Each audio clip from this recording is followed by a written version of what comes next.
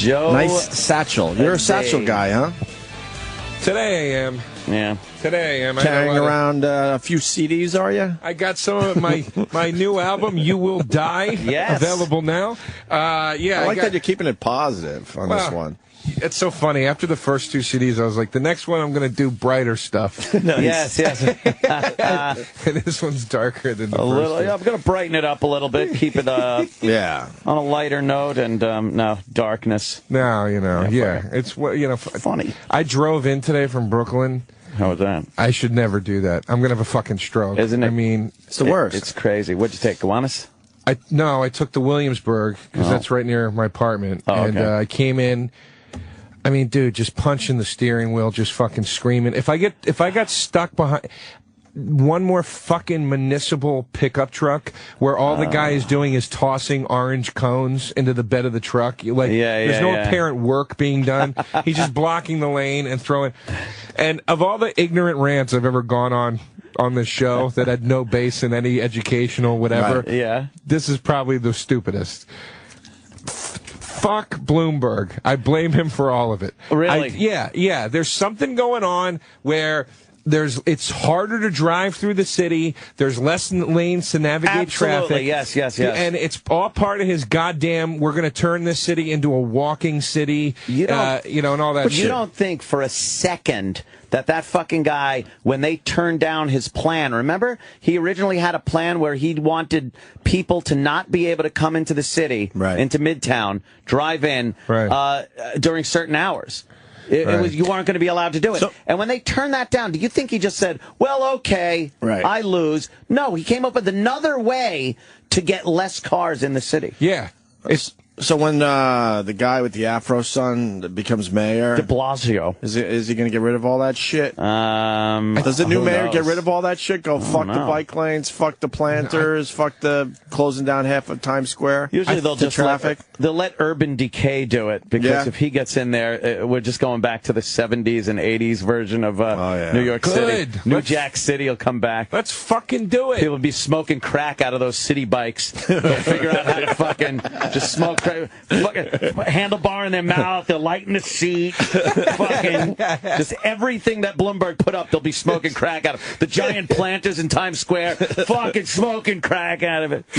You put your weed in it. Put your weed in it. Everything they'll just fucking everything. Fridays will be a porn theater. Nice. Fucking the goddamn mega stores, porn theaters. Good. M&M store will be fucking S&M store. Back to the way it was. I want to see it. I want to see it crumble. He's turned this city into a fucking shopping mall. It's disgusting. It's amazing we can't figure out how to move the people around still. I mean, we have a unique situation here. We got millions and millions of people living on this island with, and no way to get to and fro. But sometimes you got to get fro-o. And sometimes you got to get two. Got to go fro. Sometimes you got to get fro. Here's the thing. To and fro. There was a way to get around, and it was working fine. There were car lanes, and that was it. And there were bike lanes still, and it worked.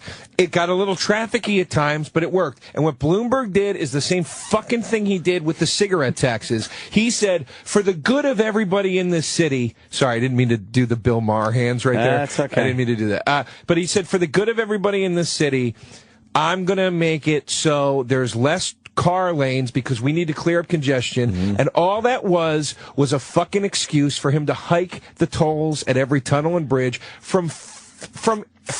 Yes. They were $5 5 years ago to $13, and he knew nobody was going to stop driving. The same amount of cars were going to come in. Same thing with smoking.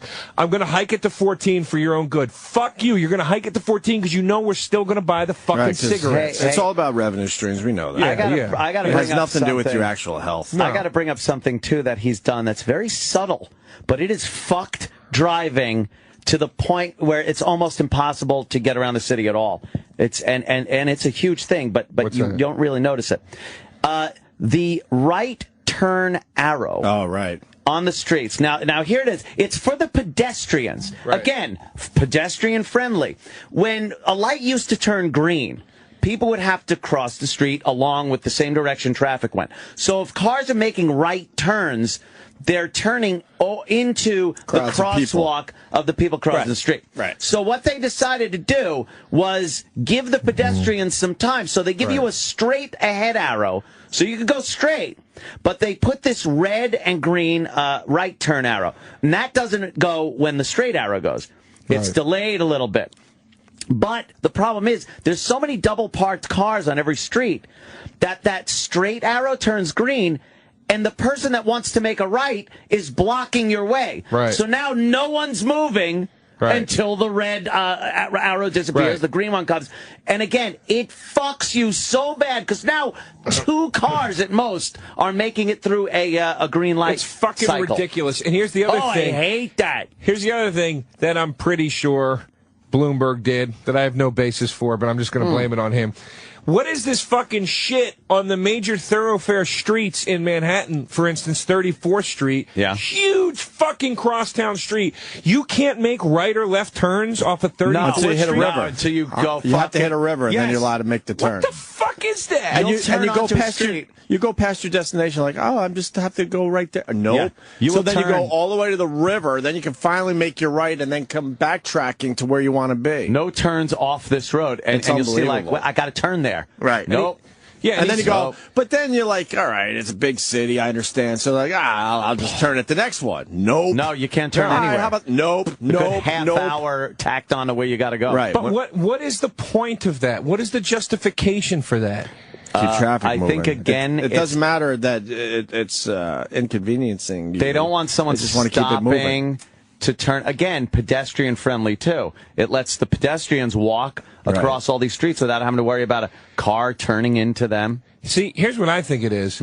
I think it's another way to make driving in the city infuriating. Yes. Okay? So then what he does is, see, he fucks you, he double dicks you from both ass and fucking mouth. Yes. Okay? Yes. Because he fucks you from one end going, okay, if you're going to drive in like I know you are, you're going to spend all this extra money to do so. Uh-huh. And then on the other side, he's like, if you don't decide to drive, now you're going to spend all this other money doing this other stuff. The fucking day, because I used to live right over here. The day that those bike lanes converted in Times Square, when you couldn't drive through the heart of Times Square anymore between 12 and whatever it was, the day that fucking converted, the MTA fares went up 50 cents. Yes. The day. And I know he doesn't run the MTA, but they're without a fucking doubt in cahoots. They're all in cahoots. It's all part of the same hypocrisy, Kay. Yeah. You know, it's, but it's like, especially after when they went on strike and he went on TV and said, you should be ashamed of yourselves, da-da-da-da. You think there was no way they didn't fucking link up after that and go, we got to be on the same side here? What does this have to do with the guy listening to us in Wichita? Oh. Who? There's a guy in Wichita. He's going, who gives a fuck? I don't live there. I don't know. Okay. Oh, maybe he's got fucking a problem in his city. Well, you know, the parking meter is going up from a dime to a quarter. Was this a bad thing to open No, with? no, I was excited I love it. because I was like, oh, I have something to talk about. It's actually very good. I'm all angered about it. Because I feel like then people go, well, fuck, there's shit going on in my city. That's all bullshit, too. Yeah. That's how they relate. So fucking annoying driving around in this city, though, and he's made it only worse. Joe, do you know anything about the Ceelo? Because he's coming in today. I'm a big Ceelo fan from way back with Goody Mob, when he was in Goody Mob, yeah. Really? Yeah, and he's got a song that Goody Mob did a song on a DJ Muggs album that I love. It's like one of my favorite rap songs of all time. And he has a line in it that I really love. And I was debating if I should tell him how much I love the line or not. Well, you should. What's the line? It's not, he just talks about how, like, people, like, get all this money and then squander it. And then go right back to where they started from. Right. And he just talks about, you know, what's the line? He goes, you never wanted to settle for the ghetto. And then he says something about you're going to end up right back in Building 63 right next door to me. I don't know. It just always made me laugh that he was like it was before he was really famous, you know? Yeah. So I love that this guy was like, you'll be right back here again. Someone, you know what? That's fucked up. Cause I was watching Arsenio Hall there last night. Yeah. And I tweeted the great Arsenio Hall. I tweeted that I had turned on Seinfeld. And fucking Arsenio's on, and I had this flashback that I was broke and had to go to a real job in the morning. Really? That's what I fucking remember. Really? Like watching that and being like, oh fuck, I gotta go knock 10. And somebody said, was it a flashback or a premonition? And I'm like, look, fucker, I will sooner rob banks than get back in a fucking attic to work air conditioning. You will see me in jail because I fucking put a gun in a teller's face and stole money before you ever see me back knocking tin. I think we got a few shekels at this point. Yeah. I love that you call it knocking tin. That's that's old school. Tin. Man. I'm a tin knocker. Well, look, let's make a pact right now. Yeah. Because I'm ready for the bottom to fall out. Are you? You know, I'm just waiting to see what happens. Yeah. It could drop out at any second. Exactly. I'm fully aware of that. Let's talk. I'll be the driver. You're going to be the wheelman? Wait, make a pact. Make a pact to rob banks together. Yeah. Me? You want in on this? You're going to wait 20 years before my money runs out. Huh? Maybe we should rob him. Make a pact. First hit on the list. All right, I'll call you up 20 years from now. All right, we can finally do that bank thing. I'll come running out of the fucking bank, gun in my hand, fucking cash, looking around, and DeRosa will have gotten fucking spooked. He tore off down the road. I'm like, fucking DeRosa, standing in the middle of the road. I get peeling out. Easy. Yeah. I get spooked easy. He's fucking driving. I ain't fucking waiting. I ain't fucking going to jail for him. I ain't fucking talking to yourself. Or he'd be the guy when you're back in your safe house. He would fucking put a couple rounds in the side of your head. He might do that so he doesn't have to split the fucking split. I get spooked You're that guy. easy. I talk a good game, but I punched a guy's car window the other day because I got pissed off at him because he parked in the fucking fire lane. Yeah. And just got out of his car. And I'm with my mom. We're trying to go to the supermarket. He just gets out of his car, just leaves his car. And there's nowhere to go except in the opposing lane. And I'm like, I honk. I'm like, what are you doing, man? And he just laughs at me and just strolls in. You then. Yeah. Dude, I waited outside for him. He comes out. I go, why would you park there, dude? And he goes, fuck you, your breath smells. And gets in his car. Right? I got to remember that one. Yeah. Did your breath actually smell? No, he's just being I wasn't even in his. I was talking to him from the passenger side, so he was just being a dick. He was in the driver's seat. And he drives off. I ran across the parking lot. I intersect his car. He tries to pull around me. I go, I just punch his fucking window as hard as I can. He stops. He goes, what the fuck are you doing? I go, what the fuck am I doing? He goes, because a fucking accident back there, man. There's fucking kids everywhere. And you're fucking... shit. Yeah. I start yelling at him, and he goes, yeah. And then, dude, the switch just goes off in his head where he's like, fuck this guy. And he goes, yeah. So you punch my fucking car! Like that. Gets bright red. He goes to open the door. I just step backwards, and he goes, back up, pussy. That's right. It's like, dude, I would have had no fucking clue what to do if this guy got out of the car. Did you shatter his window at least? No! That's great. So you hurt your hand? He calls you on it, and you're like, oh shit. Fuck. I backed off, and then he goes, that's right, pussy, back off. And I go, yeah, like that. Yeah. It's like, all you know is up to the point where I make a point. I yell at you, I hit your car or something, and that's as far as it could escalate. Because if it goes any further, I think I'm in trouble here. Yeah. I always think it's going to be like Curb Your Enthusiasm, where it's just going to be like, I'm just yelling at the guy, and they're going, oh, Larry, get out of here. And it's like, no, in real life, people try to fight you when you do shit like that. Why are you chasing cars through a parking lot? I know it wasn't the right thing to do. I know it wasn't the stable thing to do. It made me mad. It made me mad that he was like completely. When somebody's not accountable, I get furious. Right. The other morning, yesterday morning, I pull up in front of the building here, and if there's a cab in front of me, I'm already pissed because I know he's going to fuck me in front of the building. I got to park in front. So there's a long fucking opening by the curb to park. The cab will not even pull in. He'll like half double park with the empty spot. Right. In the middle. Right. And fucking yay, take a second. So I pulled in behind him and I go, little, like, could you move forward a little so I can park here? He doesn't fucking move. Oh, Jesus. Now there's room in front of him. A little bit of room. So I I go in front of him and I back up. Now I back up so close to his bumper, so just to annoy him, so he's got to now go in reverse just to get back out of the spot. Inconvenience him a little. And then I get out of my truck and Kenny's there and stuff. And the guy goes, why don't you drive a little faster? Right. And I said, why don't you go fuck yourself? Right. And then he goes, I go, yeah, go fuck your mother. Yeah. and he's yapping and stuff and shit, but I'm just over my shoulder looking at him as I'm walking in. And he didn't, that was it? He didn't do anything, but if he did, Kenny would have fucking beat the shit out of him, so I was safe anyway. No, I got to get a Kenny. Put Kenny in that position. I really need a Kenny, and I can't afford one. You need a Kenny. So you can yell at these people and not have to worry. We got to sell some of the CDs so you can get a Kenny. Yes. Yeah, sell these CDs. You Will Die, available online right now. I heard it's doing well. Man. Yes. It did well. Went to #1 on all the comedy charts. That's very good. With no press, which I was like last week. I didn't do any press. Good for you, Joe DeRosa. The day of the release. I did press the day after, but it went to #1 the first day, which was pretty awesome. So. Indeed. Nice. We got to do some Anthony Weiner shit before Ceelo comes in here, please. Oh, right. He's got that ad now where he's sitting on the stoop. We were talking about that this morning. And the only thing I can think of is, like, how many times has he jacked off on that stoop looking at chicks? It's the only thing I think. Yes. He just looks creepy now. I was thinking the same thing, like, oh, what a ghoul. Well, he's such a pervert, right? Which is fine. I have no fucking problem with the guy being a pervert. But it's like Ant said a minute ago about, like, I'll rob banks before I go back to knocking tin. Right.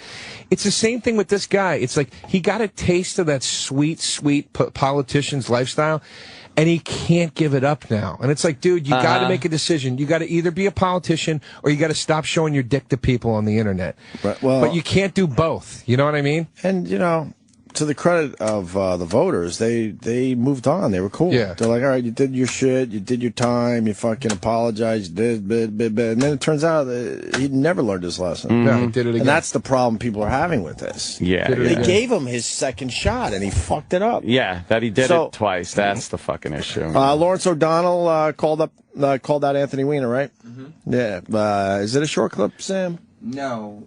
But it's worth that. But let me preface this by saying Lawrence O'Donnell is a fucking piece of shit asshole. Yeah, I can't stand that cocksucker. Fuck him. He's an MSNBC guy? Of course. I'm not, I don't ever watch MSNBC. Well, you're part of America. No one. Apparently nobody does. It's like. What about the Rachel Maddow? It's like HBO Latino. Do you hate when you see a good movie on, you turn it on, it's like, I'm like, fuck, man. But you still watch a little bit. It's got to be somewhere else. It's got to be on American HBO. I know. Put it on the real HBO. It's got to be on the real HBO, too. I want to watch this movie. You got to play both versions because you are turning people onto that movie. They just got to find their language. Yeah. Here's Lawrence O'Donnell talking to Anthony Weiner, I think, last night or the night before, whatever. Yeah. I have just one basic question for you that I think a lot of people have wondered about for different reasons over the course of the campaign. For me, it just comes down to this, which is, what is wrong with you? Oh, boy. I don't understand the question. What is wrong with me that I care so much about the issues that I fight for every day, that I have my entire career? Yes, that's what I meant. I'd be like, yeah, that's what I meant. God bless him for, like, just trying to move on, but you're not going to move on from this one. I'm sorry. No. Now, you have to go away for another year or two, and then maybe we'll give this whole thing another try. You can't, It's like the fucking Chris Rock thing about Michael Jackson, where he's going, another fucking kid. It's like, dude, it's like he did it again. That's it. That's the end, you know? Like, he can't stop. There's no. I mean, he could come back out. You fool me once, shame on me, or shame on you. You fool me twice, shame on me. It's fool me twice, you won't get fooled again. Yeah. Whatever, some cliche about cheating, something. But yeah, it's like no matter what he says a year from now, you're still going to be like, oh, bullshit. You just you got pictures of your asshole on your phone. We know you do. It's sending them out. All right, hit play on this. No, what I mean is this. What is wrong with you that you cannot seem to imagine a life without elective office? That's ridiculous. Of course I can. I don't know. Are you saying that because I have things in my personal life that are embarrassing, I shouldn't run for office? Okay, that's a fair position to have. Some people have it. Let me be clear. No, I'm not. You're not being clear, Lawrence. So let's work a little harder at that. I'm going to be very clear to you now. I have never once criticized you in any way for anything involving your texting. I think your photography is just perfectly standard American photography that's floating around the internet now. I've never said anything about that. What I find strange about your campaign is what seems to be your absolute desperate need for elective office and what seems to be your inability to live outside of it. What did you do, for example, with your time away from elective office? Did you find any problem anywhere in the world that you thought, I think I'd like to apply myself to that and try to help some people who might need my help? I did. You New didn't York do City. That. You just set yourself up for running for elective office. I tried to apply myself to it. Okay, you're wrong. But I don't know. Is there a question that I can possibly help you out with? All right. You started in politics right out of college as working here in Washington as a congressional aide. You then got yourself at the city, elected to city council before you were 30. You've been pursuing elective office for over 20 years now. I've been serving the people of Brooklyn and Queens in the city. Anthony, it does not seem to be a fully healthy pursuit. I know there are a lot of life. people. There are a lot of people who talk. Look, there are a lot of people who talk about the totality of your life, Anthony. Well, do you think you've spent your time well? Yes, I think I've devoted almost my entire adult life to serving the constituents that I've represented. I've worked very hard for them. I fought very hard for the middle class and those struggling to make it. There are a lot of people who don't believe. Going through his fucking byline. What Lawrence O'Donnell hasn't said, like, if Lawrence O'Donnell got fired tomorrow, he's not going to go work at a deli. Right. He's going to fucking try to find another job in broadcasting. Right. That's what Anthony Weiner's doing. If he's looking for elected office, it's because that's what he does. No. I agree with O'Donnell. Yeah? I completely agree with O'Donnell. Why? Because from the brief stint I had in working in politics before I did comedy, the one thing I realized was these guys have, dude, it is like being a fucking rock star. Oh, I believe you. Yeah. The workload's minimal. The payday is fucking maximum, man. It's they make so much cash for doing nothing. They get pussy. They do whatever the fuck they want. This and just like anything else, this guy now, because of his embarrassing behavior, is like, dude, it's like when you see fat Vince Neil. You know what I mean? You're like, dude, give it up. Stop walking on stage with strippers on leashes. You're not 25-year-old Vince Neil anymore. Go do something else. It's embarrassing, man. And he's fat Vince Neil now. And this guy is saying, dude, why can't you just walk away? You fucked it up. It's done. It's over. Just walk away. You I know like what your I mean? take on this. Fair enough, sir. Fair enough, sir. Fair enough. Because it's obvious he doesn't have you. a shot. Yeah. And if you're a newcomer and you don't have a shot, that's fine because you got many years ahead of you where you could build up your shit. But in his case, you're right. He blew it. That's what I'm saying. Even if he 20 years into this, you can't take a hit like this. Yeah, and that's why when you said if he went away for a year, I'm like, dude, he could go away for 6 years. Well, and he did go away for that year, and he did well with it. People were willing to move on. He was doing great. He was doing great in the polls. He was leading or right there. And then all the new shit came out proving that, he never stopped, and that was it. The voters are like, well, go away. Fuck you. Yeah. And I'm not comparing what he did to murder, obviously, but it's like just the parallel to OJ or whatever. It's like OJ. It's like OJ did this fucking terrible thing, or at least allegedly did. He got away with it, allegedly. You're one of those allegedly guys. No, I'm saying he murdered two people. I agree with that. I'm just saying, like, even if you want to take the liberal stance on it, you can say allegedly, whatever.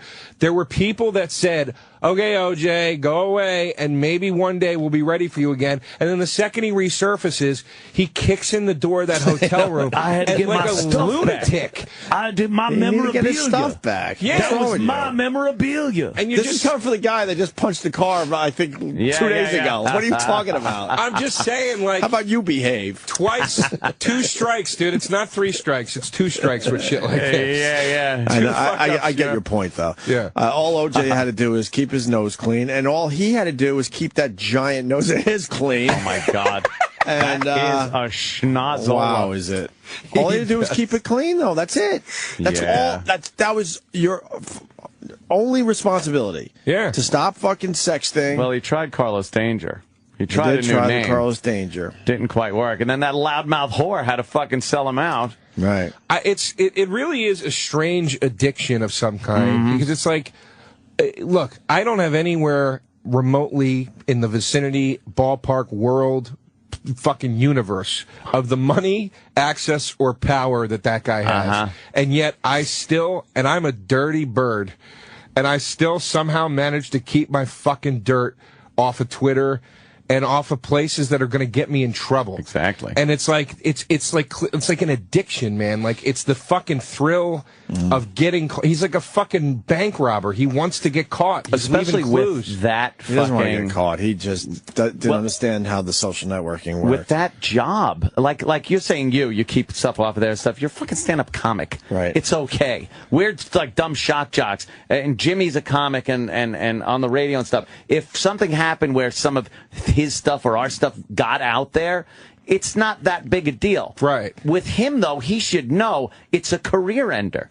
Right. So why the fuck do it not only once, but again after? That's what I'm saying. It's an addiction. There's some weird, there's some addiction. Weird thrill of the danger. Well, I think that's why he calls himself Carlos Danger. Yes. Let's go back to the clip. He's explaining why here. He's explaining his position. That's a noble pursuit. I disagree with him. Well, what I'd like to know is why you didn't find anything to do during your time away. I mean, look at President Bush. I'm curious about something, Bush. Lawrence, let me try to squeeze in a word here. You know, so I took some time away from Congress after 20-some-odd years devoted to public life. I think I'm entitled to that. Okay, and what did you do? You immediately offered your services to lobby. I didn't immediately do anything. You did. You went out to make money as a lobbyist. That's not true. You did the classic hack thing, and you know it. Lawrence, I didn't do it. It's It's not supported by the facts. It's not supported by the evidence. You're just saying something that's not true. You have a right to do it. It's your show, but that's not true. You made I didn't lobby anybody. Hustling your services. What do you mean hustling? For government intervention. Lawrence, you can use however many pejorative words you want in your harangue. Lawrence, do me a favor. Do me a favor. I just need like a hand signal when the harangue is done. You're just putting a list of things that are not true in front of everyone. I can tell you I didn't lobby anyone. I took time off from public service. I came back because I had some important things that I thought I wanted to fight for that no one else in the campaign was doing it. You think public services is not a noble thing to do? I disagree with you. So I guess we're at a standstill. Anthony, I think there is something wrong. I know you just said that. You just said that. Repeating it doesn't make it any more interesting. I'm looking at your life. It's good. I'm looking at your relentless pursuit. You are relentless about certain things in your life. No, that's not true. I actually took time off from government. I took time off from doing it. I guess you don't like that I did that. You didn't. You were a lobbyist, Anthony. I was not a lobbyist. That's just not true. Do you care that it's not true? I know how you made your money. Do you care that that's not true? Anthony, come on. I know the racket of ex-officials in this town. Lawrence, do you care that what you're saying to your viewers is not true? Do something for no money? Why didn't you do something for no money? Try to go out there and do some good. You don't like the way I speak. Could you pause for a second? Why does Lawrence O'Donnell give a fuck that this guy's making a living doing anything? Like, why does he feel he has to do something, the volunteer work, to be a noble? Talk to any of the other fucking politicians. None of them. They're all fucking shitheads like this. He's looking for his moment. Yeah. He's looking for his moment with Anthony Weiner. It's not really working. You're right. You're absolutely right. But I also think, though, that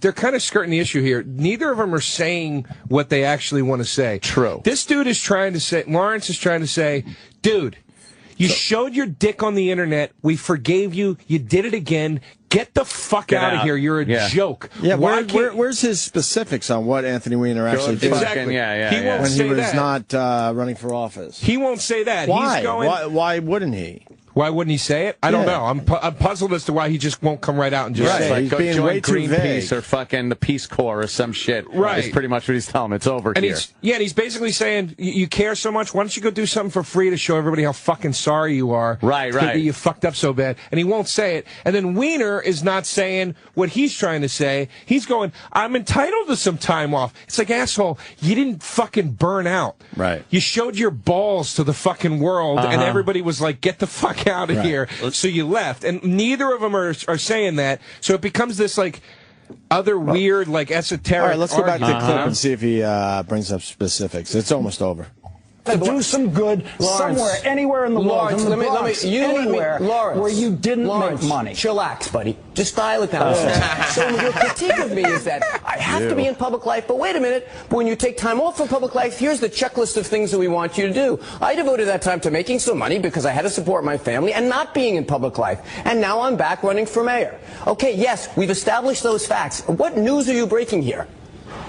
What I'm trying to get at, Anthony, is what drives you. Okay, and in that case, ask me that question. Ask me that question. Lawrence, ask me that question then. Anthony, I mean it from a psychiatric level. Dude, I don't care about I don't really need your psychiatric question. I don't care about your phony political answers. Do an interview. You are being driven by some kind of demons in some strange directions. Do you want to ask me a question, or do you have me on a harangue with a split screen? This can't be good TV for anybody.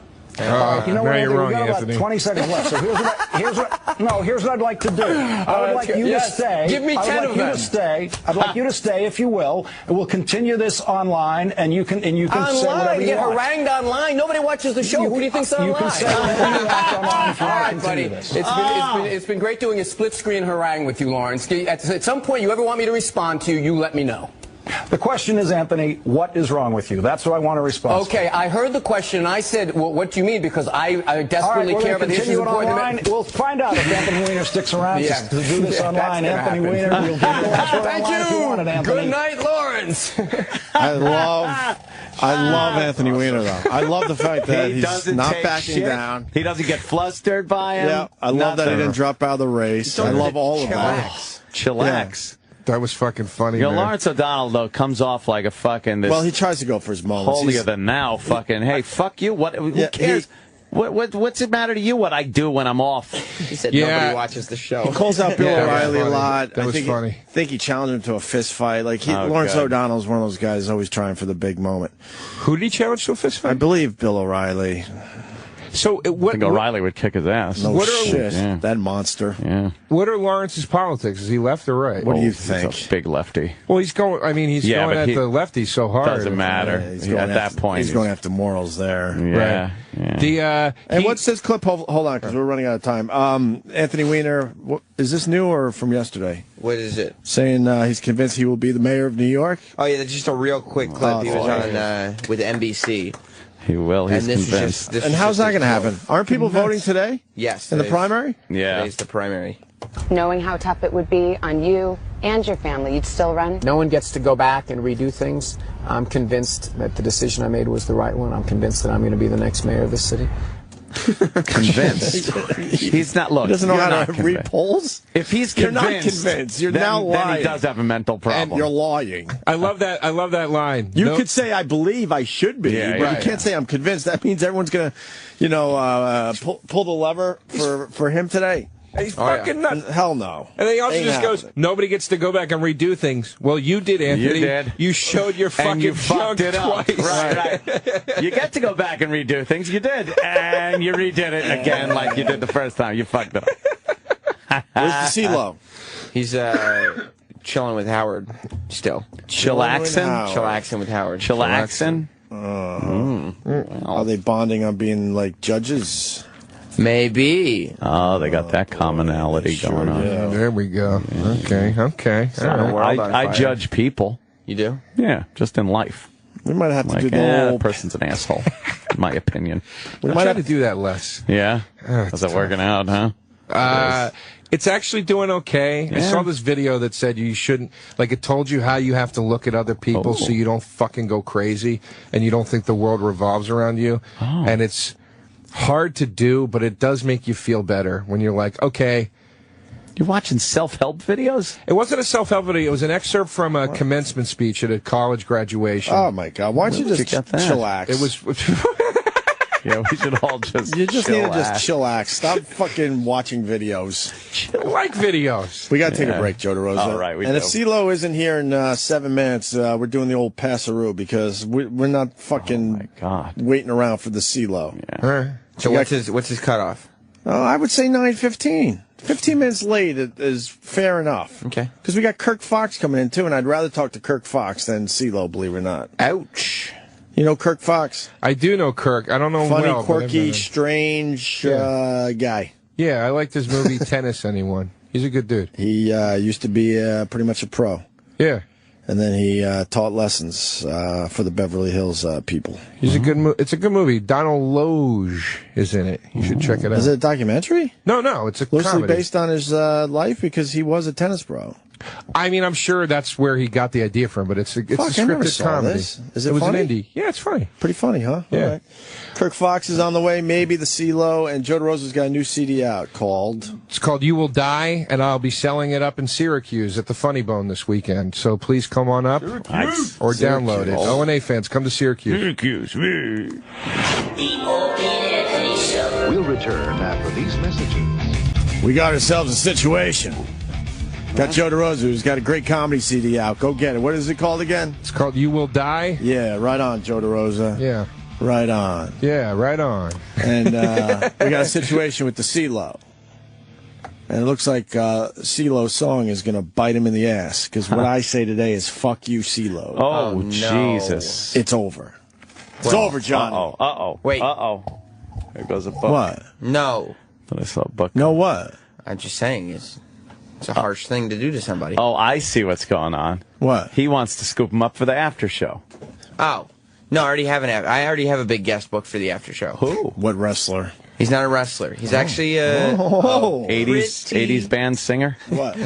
with some red leather pants. Yeah. No, he's a big comedian who's coming on to promote an album release. Oh, okay. Yeah. What's the album called? I think it's called You're Gonna... Yeah. I think it's called You Will Die. You Will Die. You Will Die. Yeah. I heard he's going to be selling that at Syracuse Funny Bone this weekend. Right. Nice. Yeah, And I got to show some. Why are you some taking our Syracuse guests? Love.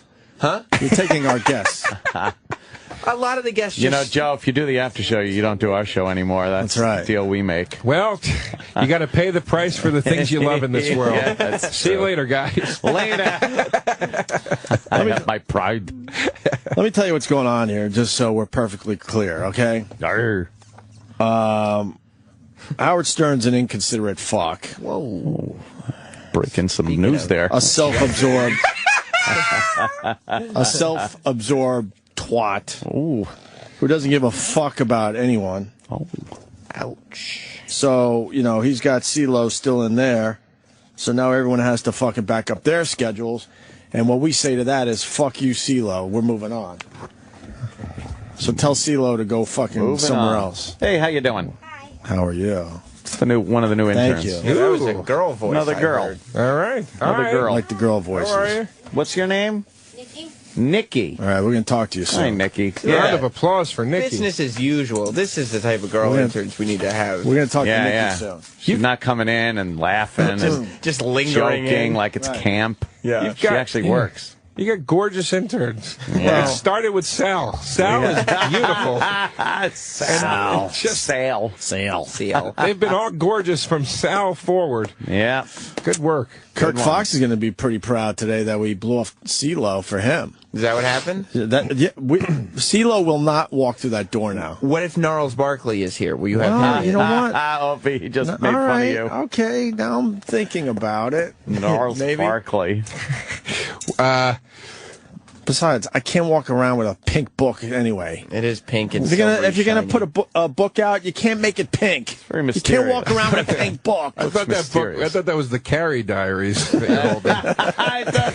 does have a fucking Sex in the City look to it, doesn't it? Sorry, but you can't walk around with this. Are you saying that book should be in the mystery section? Yes, of course.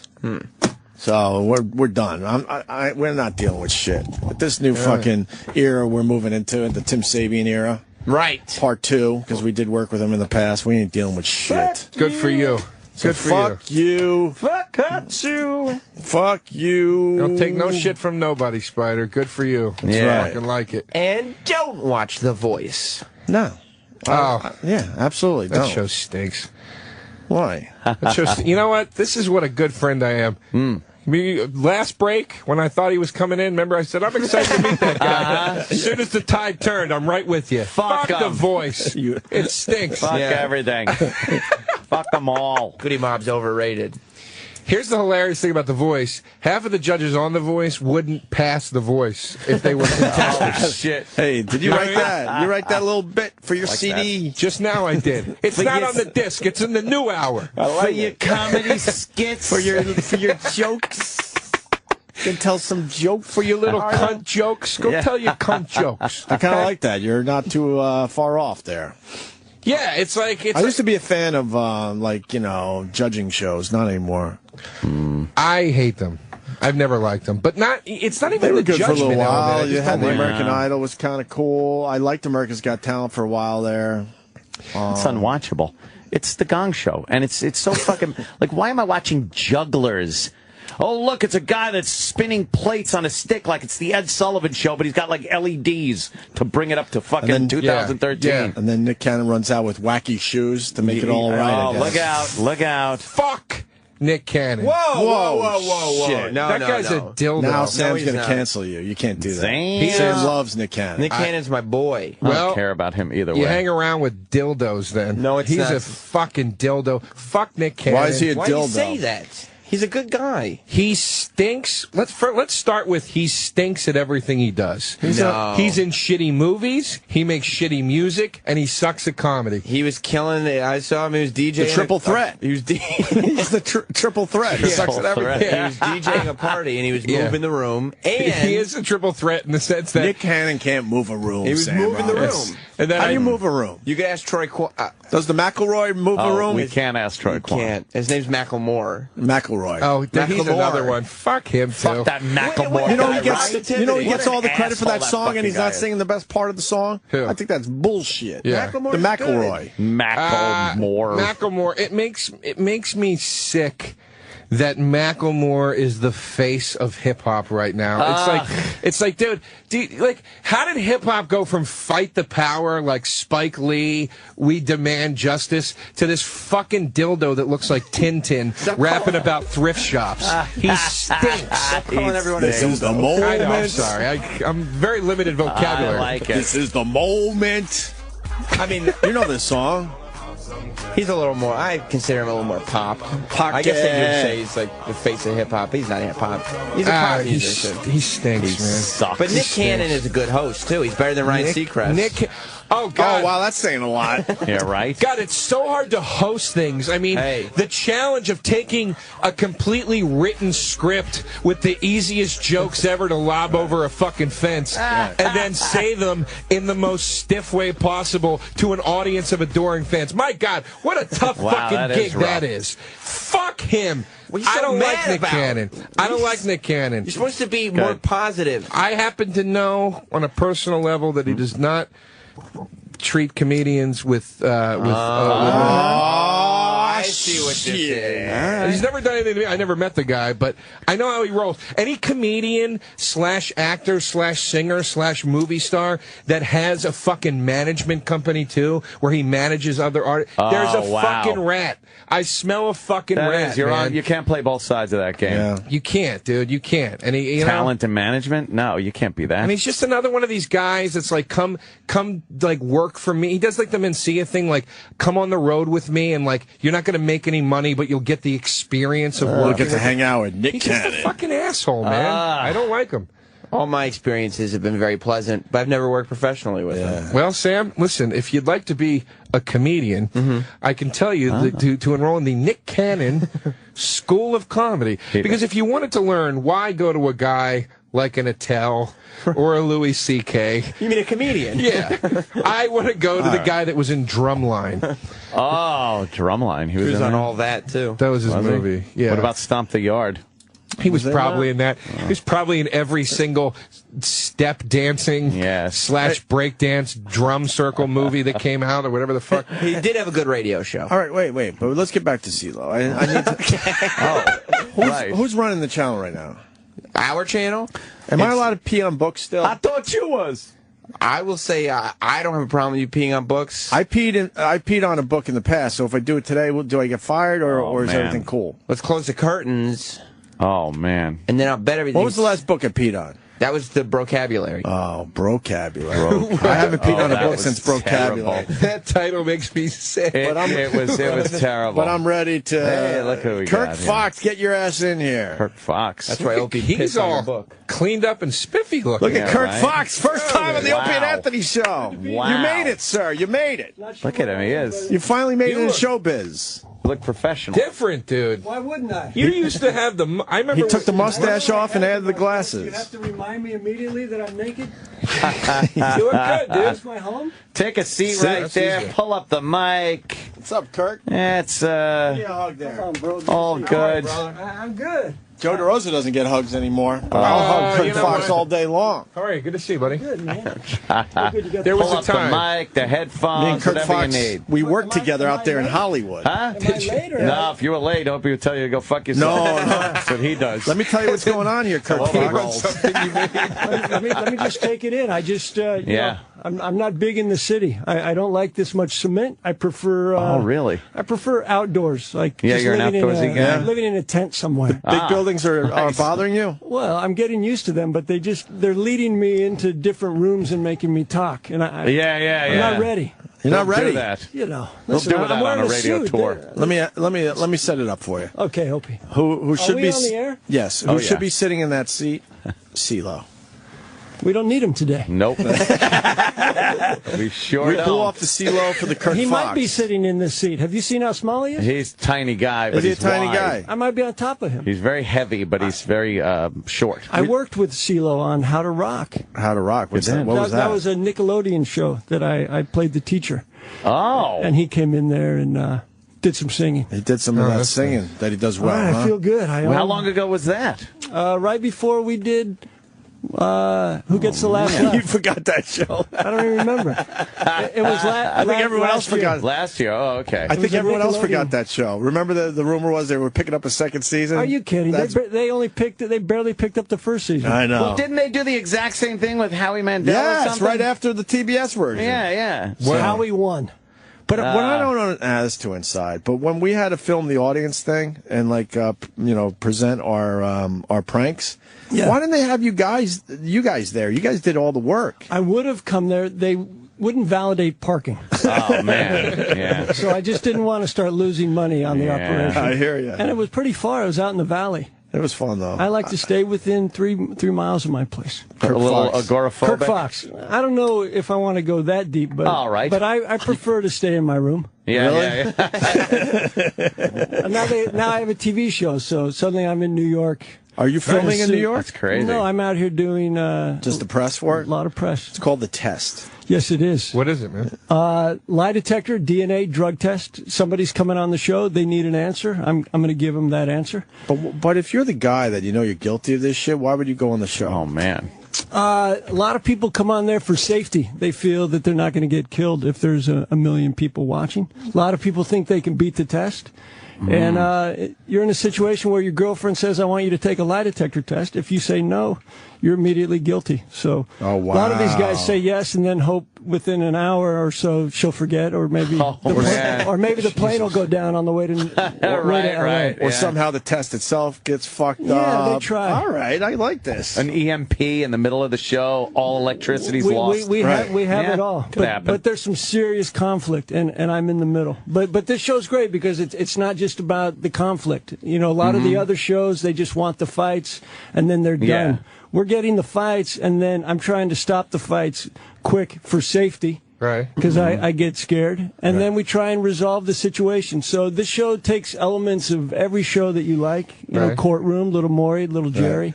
Little, we're helping as well. Nice. How do you resolve something like this is not your baby, or, Well, you don't resolve that. The fact is, it's your baby. Now what? Oh, okay, so yeah. If you've created life, that life is there. So now, are you going to raise it? Are you going to be a good father? No. Are you going to take responsibility? I thought you were talking to me. Listen, I have a lazy eye. I'm going to rarely talk to you. All right, good. Everything's going to Opie unless my eye drips. That's all right. I'll just interview Ceelo in the hallway. That's all right. He's in here. Ceelo's in here. He just doesn't talk much. Under the console doing jumping jacks. He's quiet. Fuck the Ceelo. See, you saw him bit him in the ass there, Kirk Fox. What happened? He just can't come up with a fuck you song and think people aren't going to use it against him. He didn't want to be here because I could put a lie detector and ask him if he has problems with you guys. Exactly. He's running late with Howard, so, we say fuck it. We had you. Man, you know what you should do? We could have blown you off to have the Ceelo. When he chose not to. Opie, when he shows up, don't even let him in. How about that? No, fuck him. What? I'm watching the trailer for the test. Holy shit. It doesn't really seem like you're avoiding conflict. No, I see people. Wow, that lady just kicked hit someone in the head. Someone's getting punched in the face. Wait, go. I want to hear this audio. Okay. Start over. Start over. Let's see what's going on here. Coming up this Well, it's your show. You better know. Oh, smack. Summer is over. We go from dude to dude to dude. Is you a prostitute? And It's you a prostitute. business. Oh, that sounds good. Family business. Oh, yes, yes, yes. Family time. My daughter calls him daddy. You left. You left! Family ties. Don't let a piece of like this break your heart. But to fix the family, You're not going to sit there like that. I'm my mother. Oh, my sister. you've got to know who your family is first. It's either Marty, Scotty, or Ricky. This ain't my family. Yeah, I've had to live my life without a father figure. How many birthdays? How many holidays?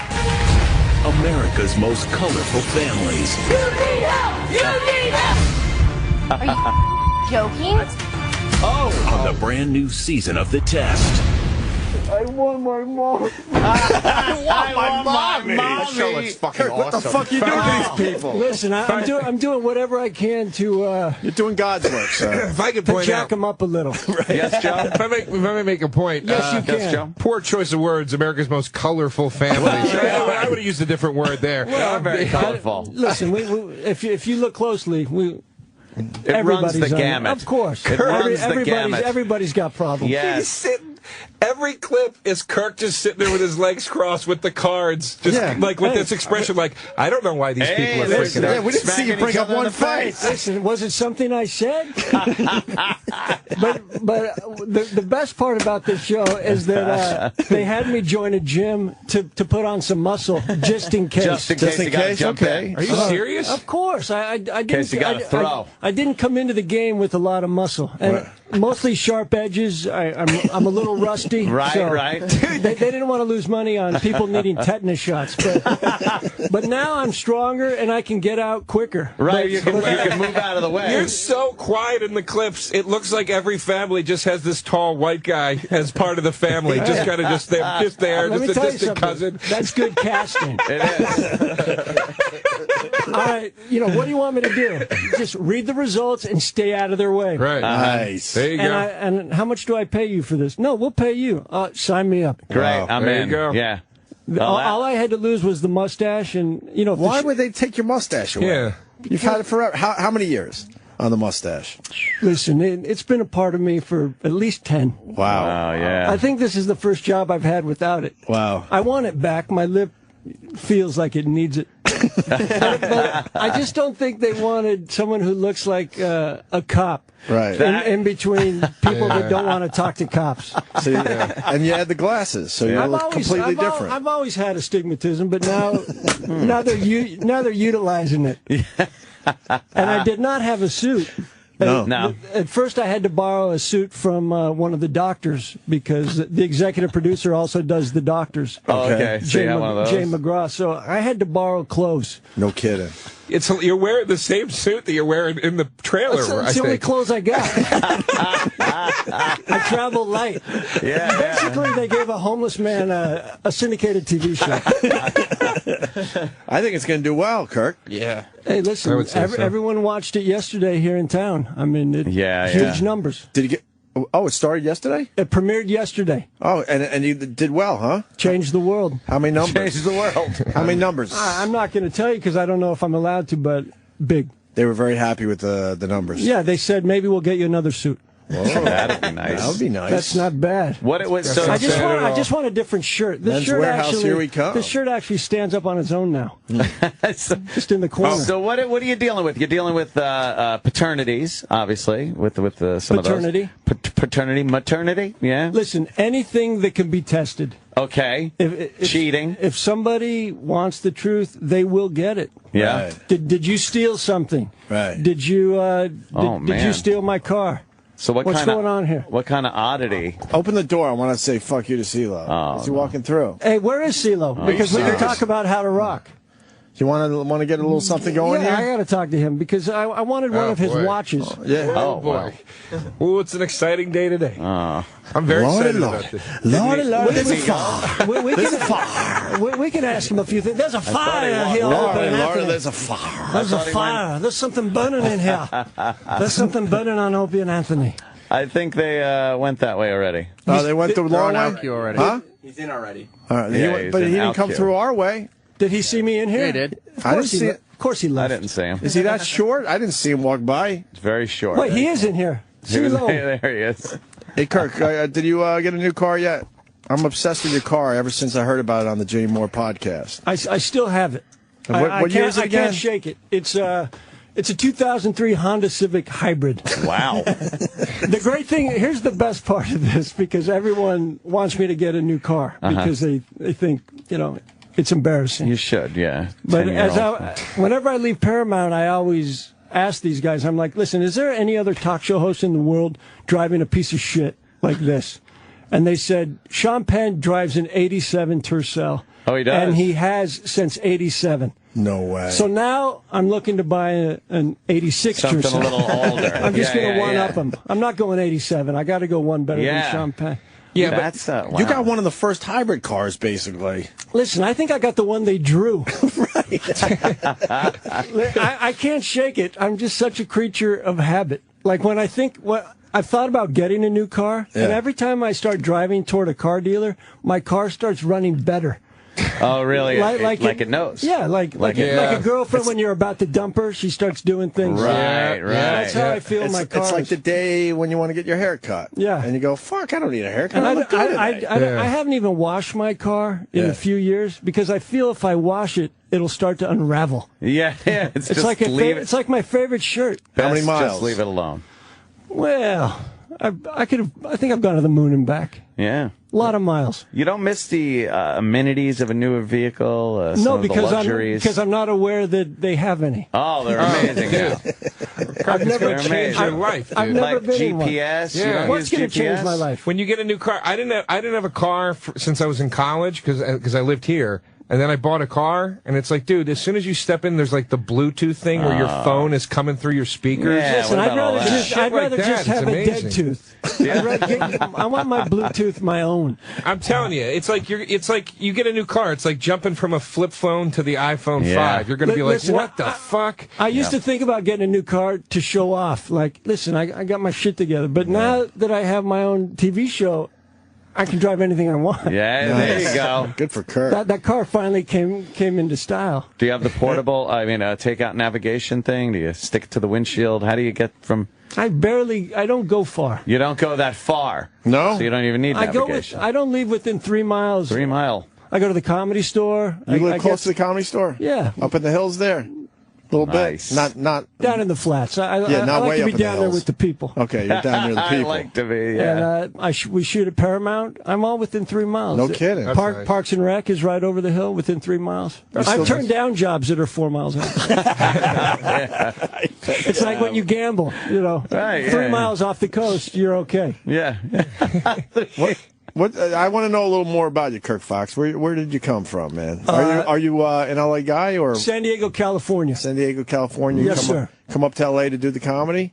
No, comedy was I was a late bloomer. I came up to LA to teach tennis to directors and try and sneak my way into movies. That's true, right? Why would I say it if it wasn't? But how good were you at tennis? Nationally ranked? Yeah, I was good. I was a pro. Who'd you beat? Anyone we know? I beat a guy at a Honda dealership out of 2003 Honda Civic Hybrid. Listen, clearly I didn't beat enough people. I wouldn't be teaching tennis in Hollywood for scraps. That's a pretty good, that's like a movie type job right there, though. Yeah, I'm a tennis pro in Hollywood. I made a movie with Donald Logue. He liked it. I have not seen it. Called Tennis Anyone. But he actually said it. It was good. I don't know if you remember, man. We met years ago. Of course I remember you. I've been trying to forget. I didn't know you'd bring it up. And, jeez, Kirk. No, listen, I've been in front of confrontation for the last 3 months. I know. Well, of course. Right, don't take it out on me. You know what I mean? We'll be right back. It has rubbed off on him, I think. It has a little bit. Yeah, where's that big mouth when they're fighting on the show? You get real quiet and sit in the corner. You gotta let the fights go, though. You gotta make believe you care enough to try to stop it, but you gotta. I know. It's a science, I think. I got you. Yeah. We met through Bill Burr. I don't know. It has to be 7 years ago, but it was when Burr and I were first started to talk about making trying to make a movie together, which we eventually did with Bobby, and you told me about tennis, and he won. And then years later, it was finally, I saw it on Netflix. It was good, man. It did what it was supposed to do. Paul Rudd was in there, and Jason Isaacs, and Donald directed it. And you got Paul Rudd in the movie? Yes, we do. Wow. Did he play Paul Rudd, though? He played a porn star. I don't know what he does when he's not working. He plays a lot of Paul Rudd. I like Paul It's our Rudd. bit. Listen, Paul Rudd plays Paul Rudd in every movie. But I'm hoping you got the Paul Rudd that didn't play Paul Rudd. Who's better at Paul Rudd than Paul Rudd? Yeah. Good point, Listen, Kirk Fox. if you find something that makes you millions, why snap it? Good point. Do you play Opie? No. Well, you should. You'd make more money. Every day. Yeah, Woody Allen plays Woody Allen. It's like, you do your thing. Yeah. So you were nationally ranked as a tennis pro? Yes, I was. And then said, fuck it, I could go up there to L.A. and teach some of these betties. I was out there trying pro tennis, but I was a little lazy, had some focus issues, moved to Hollywood, and just started teaching tennis in Beverly Hills. Every movie I've ever done is because I've taught tennis to the director, and they just wanted me on the set for tennis lessons on the weekend. But how do you get clients? Jesus. How do you just, step into that? Charming. Very good. Some charm, you pour it on. Yeah. And listen, it was easy. Oh, wow. I was a good tennis player. I'm a good teacher. I'm good with people. That's why the host is working out, because I'm a good listener. Did you, stoop any of those broads? Stop. I mean, they'd have to pay extra, but yeah, if I have to. If it'll help their backhand. Whatever it took to help them win the match. Right, right. You're giving. Backhanded your balls into... I'm trying to think of a tennis sexual thing. Some type of tennis terminology. Dice, did you fuck any of your tennis students, Dice? See, I never taught no tennis, you asshole. Not bad. Not bad. Not bad. If I closed my eyes and pictured a racket, I think Dice was swinging it. Do you still watch tennis? The U.S. Open just finished up? I was on the flight yesterday, so I missed it. Yeah. I was in the air yesterday as my life was changing. It is changing. I left L.A., no one knew me, and when I land here, 2 people did. So you're building. That's not bad. Yeah, that's And those good. are the 2 people on the flight that I was just telling about the test. That's going to be kind of weird. Yeah. While you're in the air, the show's premiering. Exactly. Yeah. Holy fuck. It was crazy. So it's got to be exciting. It's an exciting time, Do man. I not look excited? Yeah. I'm excited. I mean, you look so collected, you know what I mean? It's Listen, that's just the He's trying to suit. wrap his head around the whole thing. I know. His whole life has changed. Listen, this is Well, the that's first. what This is I'm the saying. first time I've been outside of 3 miles in 2 years. Yeah. You're really a homebody, huh? I just fluster get you a scared little bit. out there. What kind of apartment do you have? Basics? Basic shit? It's got everything in there I need. I don't go too extra. What do you got? Tell us what you got. It's a 2003 Honda Civic apartment. It's hybrid, half apartment, half dumpster. I guess you look totally different without the facial hair. Do you want me to put it on so we can talk? Yeah, we should do that. Look at this guy. You Holy look like, shit. You know who you look like there? Tom Skerritt. Tom Skerritt. I see... What movie's that Tom from? Skerritt. That's from The Last Temptation of Kirk Fox. I was playing Jesus. You got a... That's from Tennis, anyone with that beard? Who's the guy from Jesus' son? And he was in The Watch. He plays the weird neighbor in The Watch. Listen, Billy Crudup. You got a little bit of a Billy Crudup vibe. I'll take it. That's how we know you. I right miss there. I miss the handlebars. You got the handlebar mustache, and the hair is thrown around a little bit. I'm pretty sure that I can get it back. You have to probably get If it I back. have to, but you shouldn't judge a man by the hair on his lip. Need be. It's what's in his heart, and I have a hairy ventricle. What, Kirk, what is your secret, by the way, to staying as fit as you do? I've never seen you look even remotely out of shape. You are like one of the most toned men I've ever I've seen. weighed 186 pounds since I was 5. I came out tall.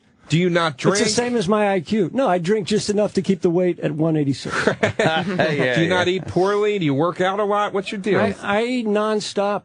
He I says just no, have Joe. I just have a fast Look into it. metabolism. My metabolism's faster than my car, if you want to know. Well, a car is not really that fast. Come on. Yeah, it can be. Can it? A hybrid If I hook it to something. Yeah, I do hook a it lot to a of fast car. I do a lot of drafting. That's a lot of pictures of me. There's a lot of pictures of you online. And if you notice, there's no one else in them. Yeah, why is that? Because I like selfies. Anything? Yeah. What's the personal life like? With regards to what? Of course, women. They are out there. Yeah. I have one that I spend a lot of time with. Nice. There you go. And it's hard to do. I'd rather be alone, but she forces me. I take her out occasionally. Yeah. Actually went to a Padre Giant game last week with her, and I threw out the first pitch. Did you really? That's nice. Which was a terrible letdown.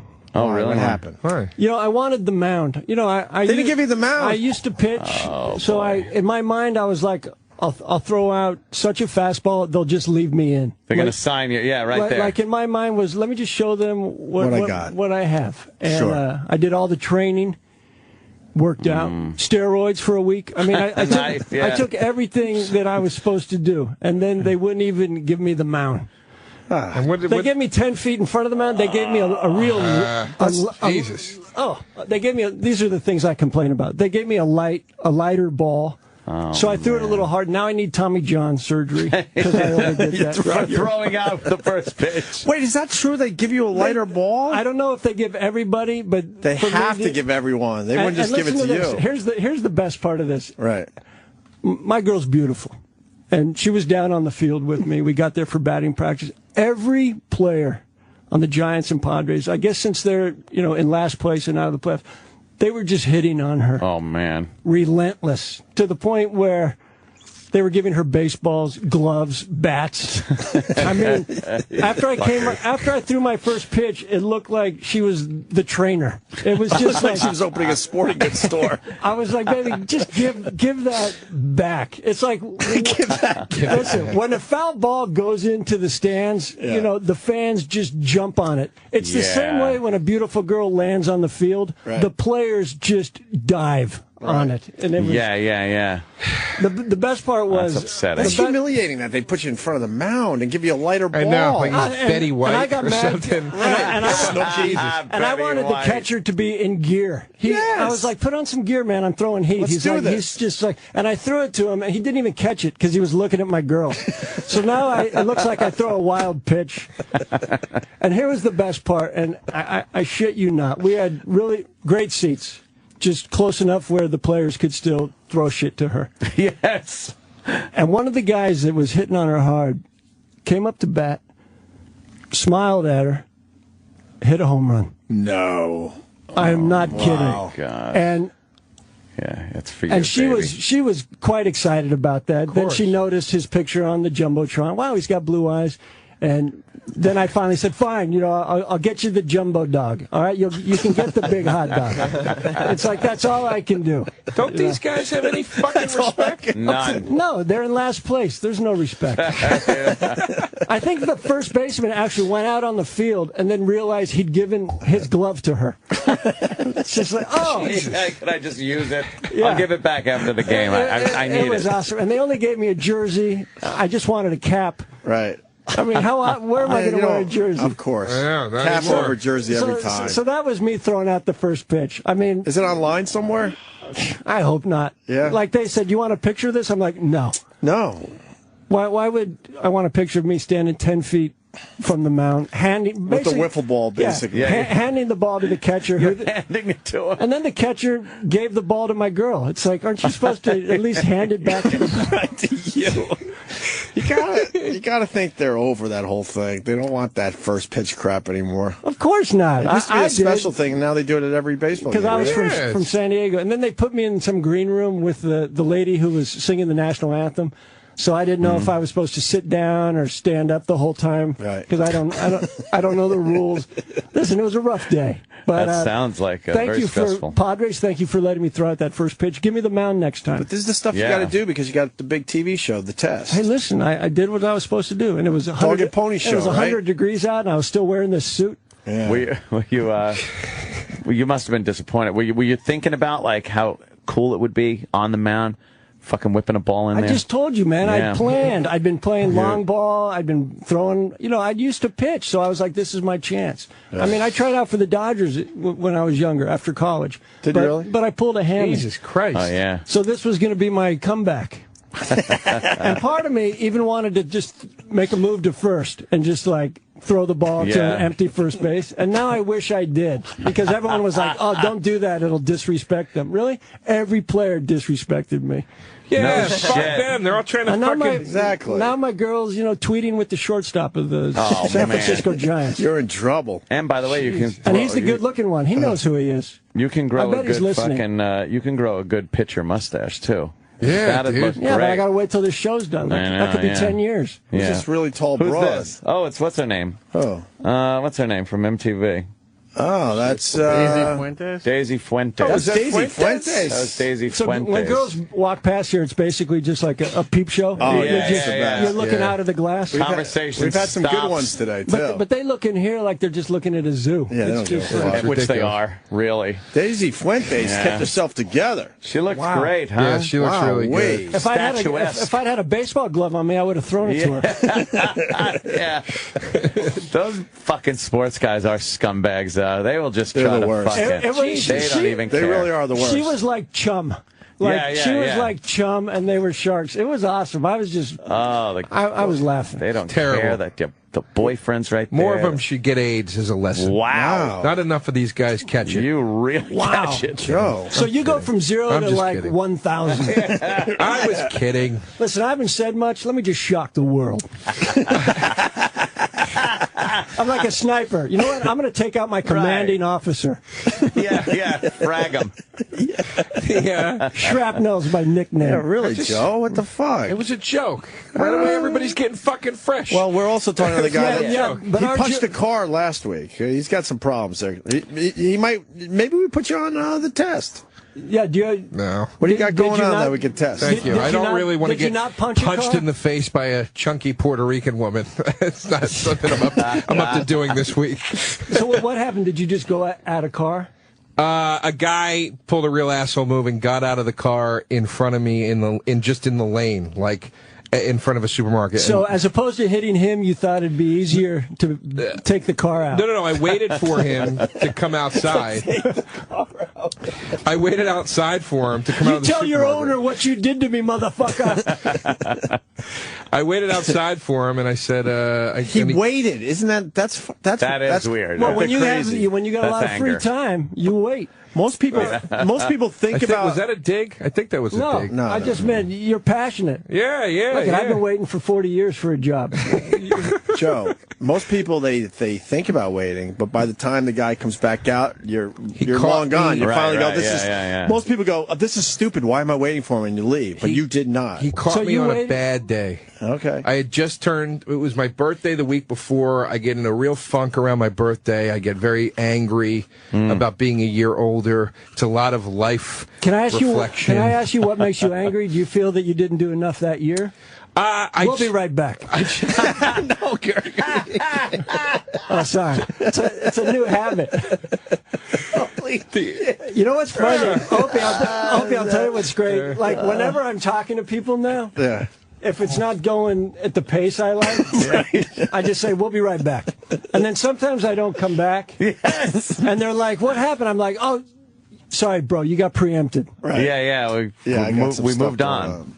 Yeah, right. Crazy. But no. Fox is all piss and vinegar with me over here today. Are you kidding me? There you go. This is love, man. We're back. We're back.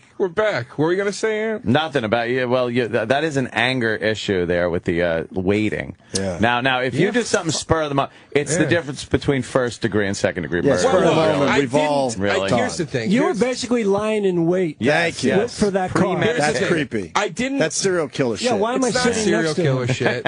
How many cars have you taken out? It's policing other people, which nobody fucking does anymore. Ted Bundy beat up an Edsel before he killed his first woman.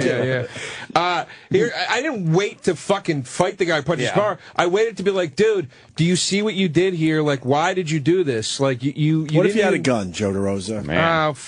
I'm tired of that fucking excuse anymore. Oh, boy. Nobody confronts anybody anymore because we're all so goddamn scared that we might get shot, or we might get fired, or we might get sued. It's ridiculous. We're not allowed to judge anybody anymore. We got the trash of the fucking world 24 hours a day on television. Everybody deserves a voice. Everybody deserves a fucking stage. And we don't judge anybody. And then when you stop judging people on a day-to-day basis, though, when you can't say to somebody, describing the test.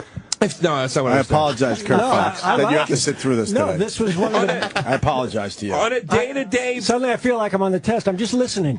But I'm saying on a day-to-day basis, if you can't tell somebody you're being a dick, which we never do, because God forbid he's got a gun or he's crazy, whatever, you get fucking pent up, and then one day a guy parks in front of you like that, and you flip the fuck out. All right. You flip the fuck out. You got a point. You know what I mean? I got some intel. What?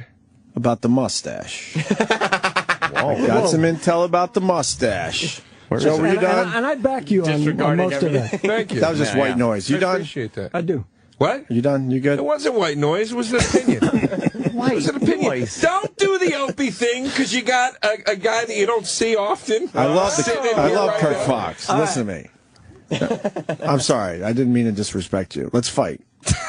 And watch Kirk not get involved. I'm going to wait outside for you today. Make believe he's going to stop the fight. I'll be waiting downstairs. I try. I know you I come at it with heart. I guess a bat would help.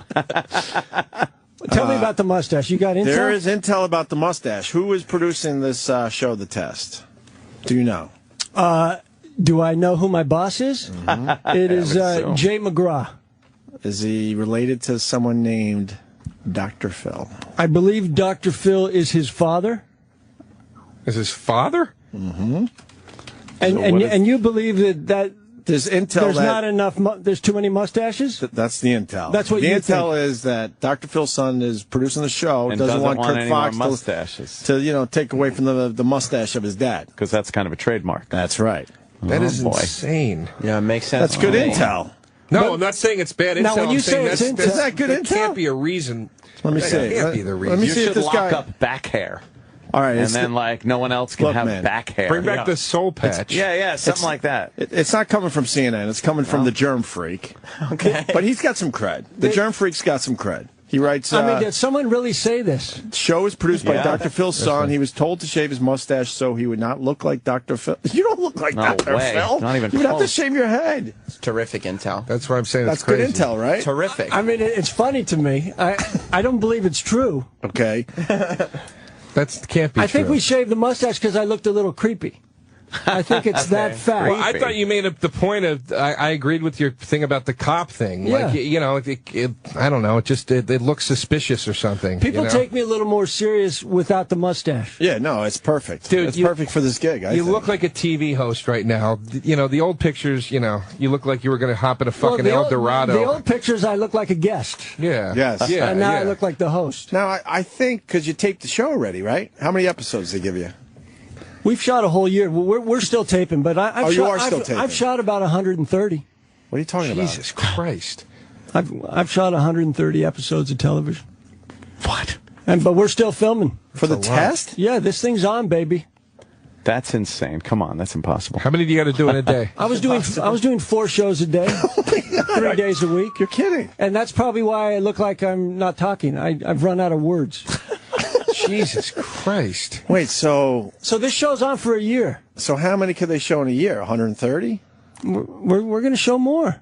It's on 5 days a week. I'm just like you now. Wow. Jesus. I got to get a new suit. Yeah. What is the what happened? What happened there? What do you want to know? This is your day. Get it out. This is your day.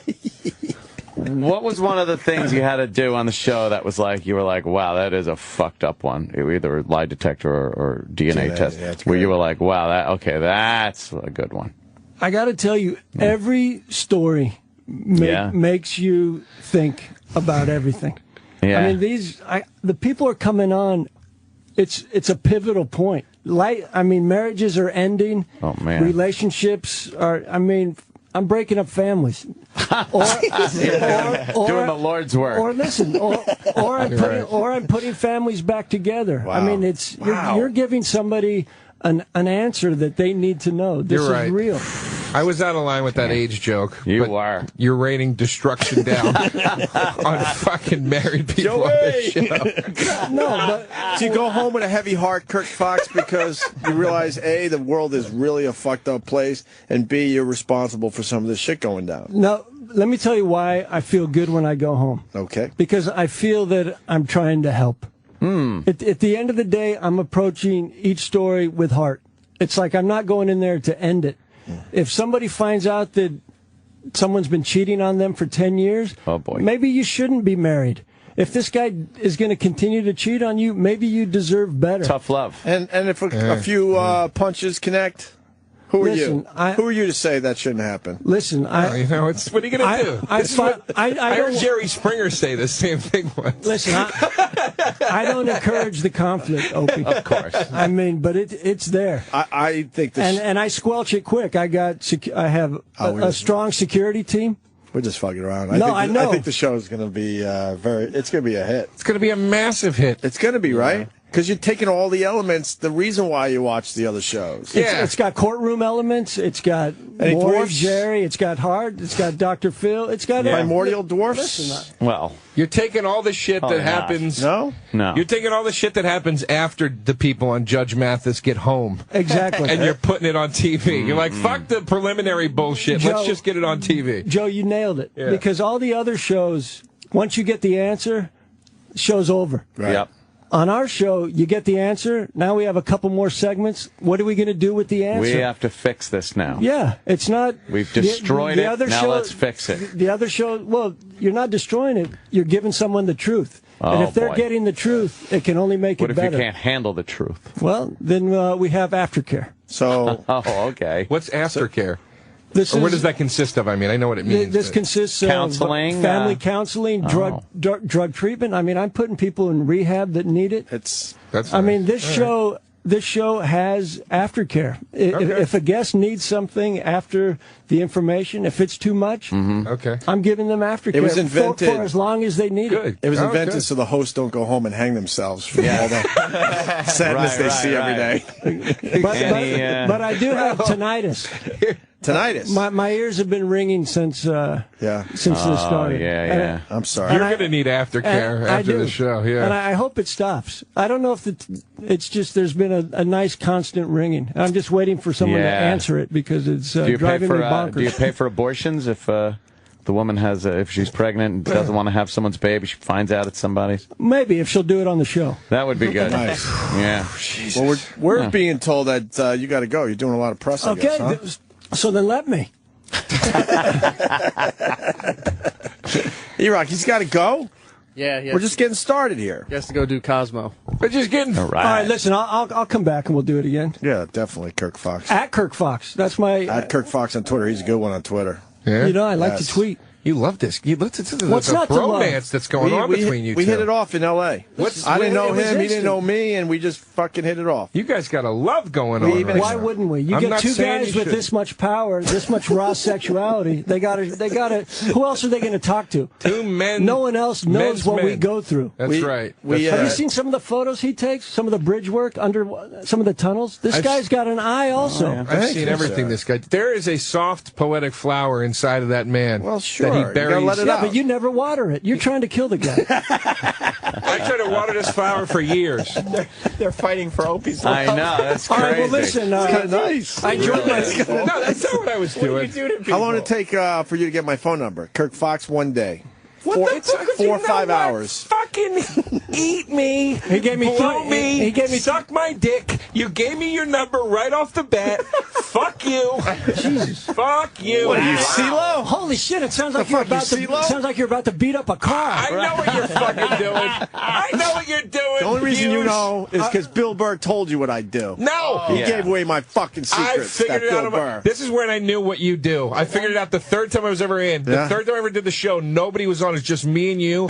And you were trashing me on the air. And then it went to break. I stood up to go pee, and you go, "Where are you going?" And it looked like a 6-year-old that got abandoned at the supermarket. And I was like, "Oh, I'm not going." Jesus I didn't Christ. understand where you would be going after that beating. I get it now. Kirk Fox, we doing hugs today? Man. That was very good. Let's do hugs again. I like that. Hey. Fun. While everyone's saying goodbye, I just want to say, would you eat a fake apple with some preservatives? Stay at my house? And Kirk Fox is going to stay at my house. Oh. What about the show? What about meatball made the same way. Oh, sorry.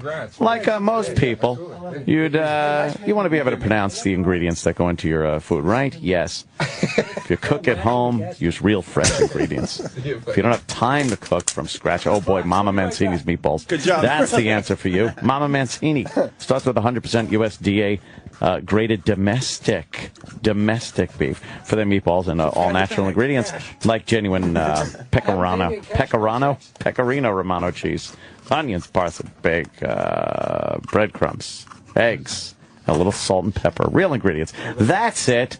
Mama Mancini. They got their famous slow-cooked Italian sauce, too. It's made just as simple as the meatballs. They start with whole Italian plum tomatoes, crush them up, and then add natural seasonings.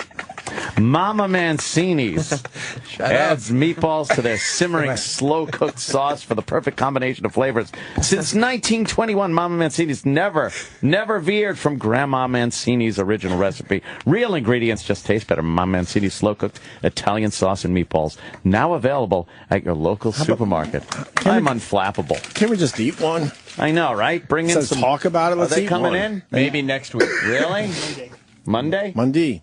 Oh, man. I'm in. Monday. If you want some extra for home, just let me know. What happened to the Ceelo? I would. What happened? He's doing OutQ and all the other channels. Yeah. Well, Yeah, good for him. Well, good for him. what the fuck you gonna do, you know? Fuck him. Some people show no respect. Fuck him in the ass. You know what I mean? Fuck them, yeah. It's, you know, I had your back. I had your back, guys. Thanks, Joe. I had your back. I turned on fucking Ceelo. Thank you, Joe. did. Good. Yeah. And you were a big Ceelo fan. I was a big Ceelo fan. I turned Well, on you him should for have. Let's see if Sam has our back. No, he doesn't. I'm a big First of all, Joe, you're coming off as a little needy right now that Kirk Fox is not in the room. Little needy. What do you mean? What does Kirk Fox have to do with it? Because there was a lot of love between Opie and Kirk. And then he leaves, and you're like, hey, don't forget, guys. There's no bullshit between me and him. We're just you and Kirk. Fucking Jesus bros. Christ. Just say that when he doesn't have a new TV show. I don't think that's what it's about. I think it's about we met when we were doing the shitty TV show. Now he's got a hit TV show. My problem is... I knew that show I did with TBS was just average at best.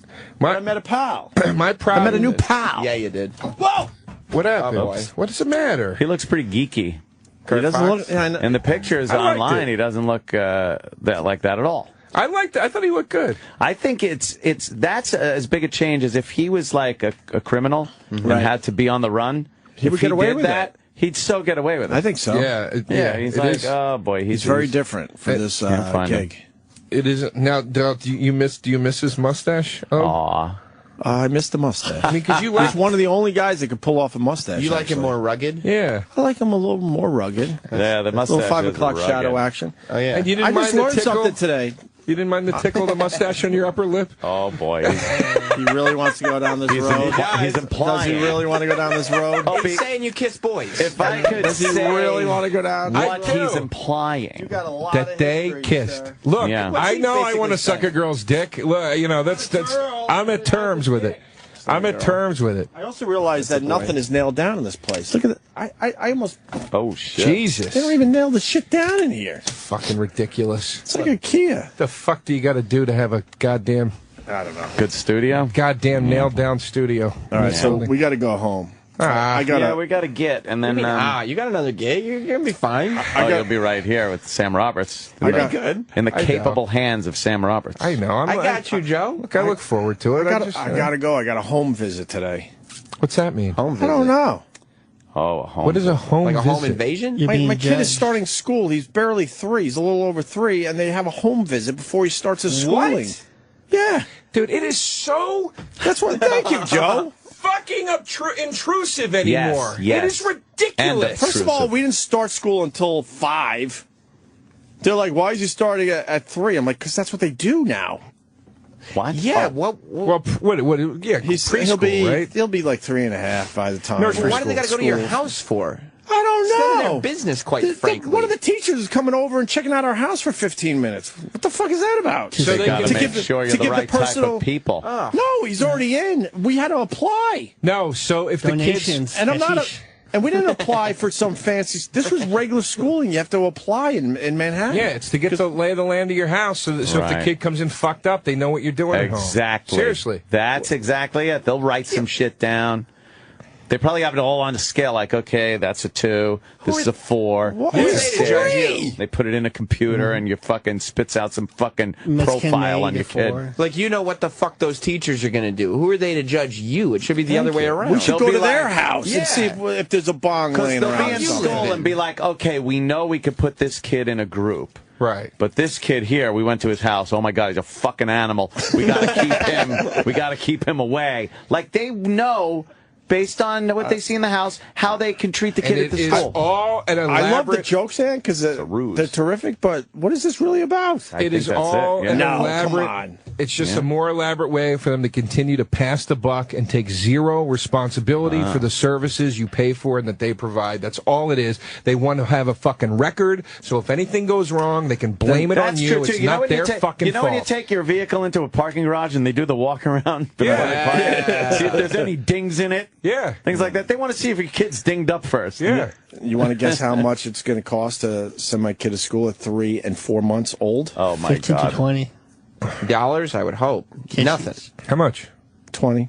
$1,000 a year. What? Yeah, Is it private high school? 150. Well, 20 G's. Manhattan, because the public school system's really fucked up. 20 large. You know, you got those people that are also going to go to school with your Two kid. hands of blackjack. That everyone goes to other What do you mean? schools. Those people. You know, What do you mean by that? just those people. You want to keep the kids away from the riffraff, is what it is. And now it costs you $20,000. No, in Manhattan. Keep your kid away from riffraff. But in Manhattan, everyone has to. The majority of people living in Manhattan pick their school. Yeah. It's unbelievable. And guess what? I got off cheap. 20 grand for a 3-year-old to go to school? I got off cheap. What's he going to learn? That's fucking ridiculous. They go up to 75 to 100. Yeah. Right? They go up to 75 to 100. 100,000 for a 3-year-old. Yes. 100 grand. Yes. Buying This some is arts and ridiculous. crafts. Those are the Homeschool. top hoity-toity. Let's put our kid in suit and tie shit. Get some popsicle sticks. I got get off some easy. crayons. Get some macaroni. Get some glue.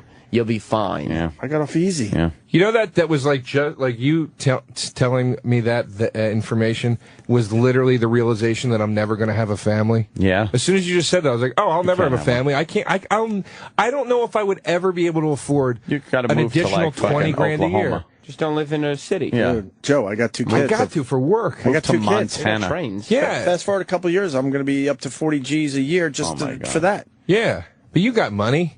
Maybe that 20-year fund will run out a little fucking quicker than we thought. Maybe it'll run out. Man, you came in here with a lot of fucking piss and vinegar, brother. A lot of piss and vinegar Don't take in the my studio line about today. Kirk Fox. He was coming at me. He was getting a little smart over there. He was feeling the Opie love. That's what fucking... And he started taking it out on me. I didn't like when he said, I'm not going to say anything, and then I'm an assassin. I was being courteous to the guest. I was being quiet. I got to tell you, there's a little jealousy from feel it, DeRosa to Kirk. He won't admit it, buddy. A little bit. By the way, Opie, that's what our own Roland said you marinated the steak in. Piss and vinegar. You son of a... So that's what it was infused. Really? It was infused with. Joe, you want to hear angry. Listen to the first hour of today's show. Oh, my What God. happened? Oh, Opie was not a happy boy starting today. About what? And that's why I did the Ceelo thing. See, I put the dick back in your ass. We could bring him brother. in studio. He could show us how to cook a steak properly. Whoa. My assignment. When did Opie cook Delicious. steak? Over the weekend. Over the weekend. I mean, were you surprised that he didn't know how to cook? Ooh. Nothing about a Opie slam. says Joey D taking shots. There's a slam. Joey D. Joey D and his shots. A motherfucker. Come on. We're having fun here. Oh, my God. That's how you want a bit to end. Come on. We're having fun here. Are we having fun? Yuck. What did you do to the steak, dude? It wasn't even that bad. I fucking moved it around, some barbecue sauce, threw it on a grill. Oh. If you cook it a few Barbecue times, sauce. Oh, look, see? Roland said Roland, he marinated you weren't it. outside. I know, but the you steak didn't know told that me. The steak told me though. When I looked at it, I go, it's been flipped too many times. He soaked it in barbecue sauce and then put it on the grill. You never So it soak a burnt. steak in And barbecue then it was sauce? undercooked and then overcooked. And then it was undercooked. And then he flipped it too many times, and then it was overcooked and Because these dry. assholes need all their shit infused with something. Yes. No, this is what you need to do. Oh. You want to know how to cook a steak? I'm going to tell you the best recipe you can get. boy, Joe. Here's what you do, seriously. You rub it in olive oil, some kind of oil. I didn't have any rub. All right. It's the end of the season. I don't have much left in the house. Oil, just oil. We're packing up, getting the hell out. Rub the steak with some oil, okay? That's it. No, that's... Mobile? I try to eat healthy. All right, I'm not rubbing anything in oil. Then skip the oil part. You can skip the oil. I should have rubbed their shit in oil. They probably would have been happy. Here's what you do.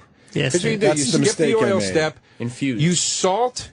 You cut some slits in it. I don't salt my food. Salt the shit out of both sides of it. Let it sit for 10 minutes. You're trying to have a heart attack. Just shut up. You're not trying to have a heart attack. Let the salt sit on both sides for about 10 minutes. It eats into the food. It brings the flavor out in the meat. It will not taste salty. And it also brings up your high blood pressure. No, it doesn't. Not trying to salt his food right now, Hit it with a little pepper and a little garlic. I don't own a salt shaker. You put the garlic in the little slits. Yeah, 500 degrees. Infused. Sear it on each side. Turn down the volume. Turn down the heat and let it cook through a little bit. And that's all good if you want to eat like a slob. No. Slob, really? Barbecue sauce on steak? Better than you put oil ketchup and on your salt. baked potatoes, too? Oh, Joey D taking shots. I'll tell you what I like. What? A little virgin olive oil. You just put enough on there to glaze it. That's what I'm saying. Then you take a lot of that peppery spices and stuff, and you cram it on there, and you rub it all in there nice, and then you throw it on that grill, and by God, don't you fucking make the middle of that goddamn thing any less than pinkish red. And that's, you slice it. Oh, butter, motherfucker. I'm telling you something. You don't need all the spices. If you I love the spices. I'm telling you, you salt. I'm not cutting it and putting salt in it like I'm trying to remove a fucking leech. Just hear what I'm saying.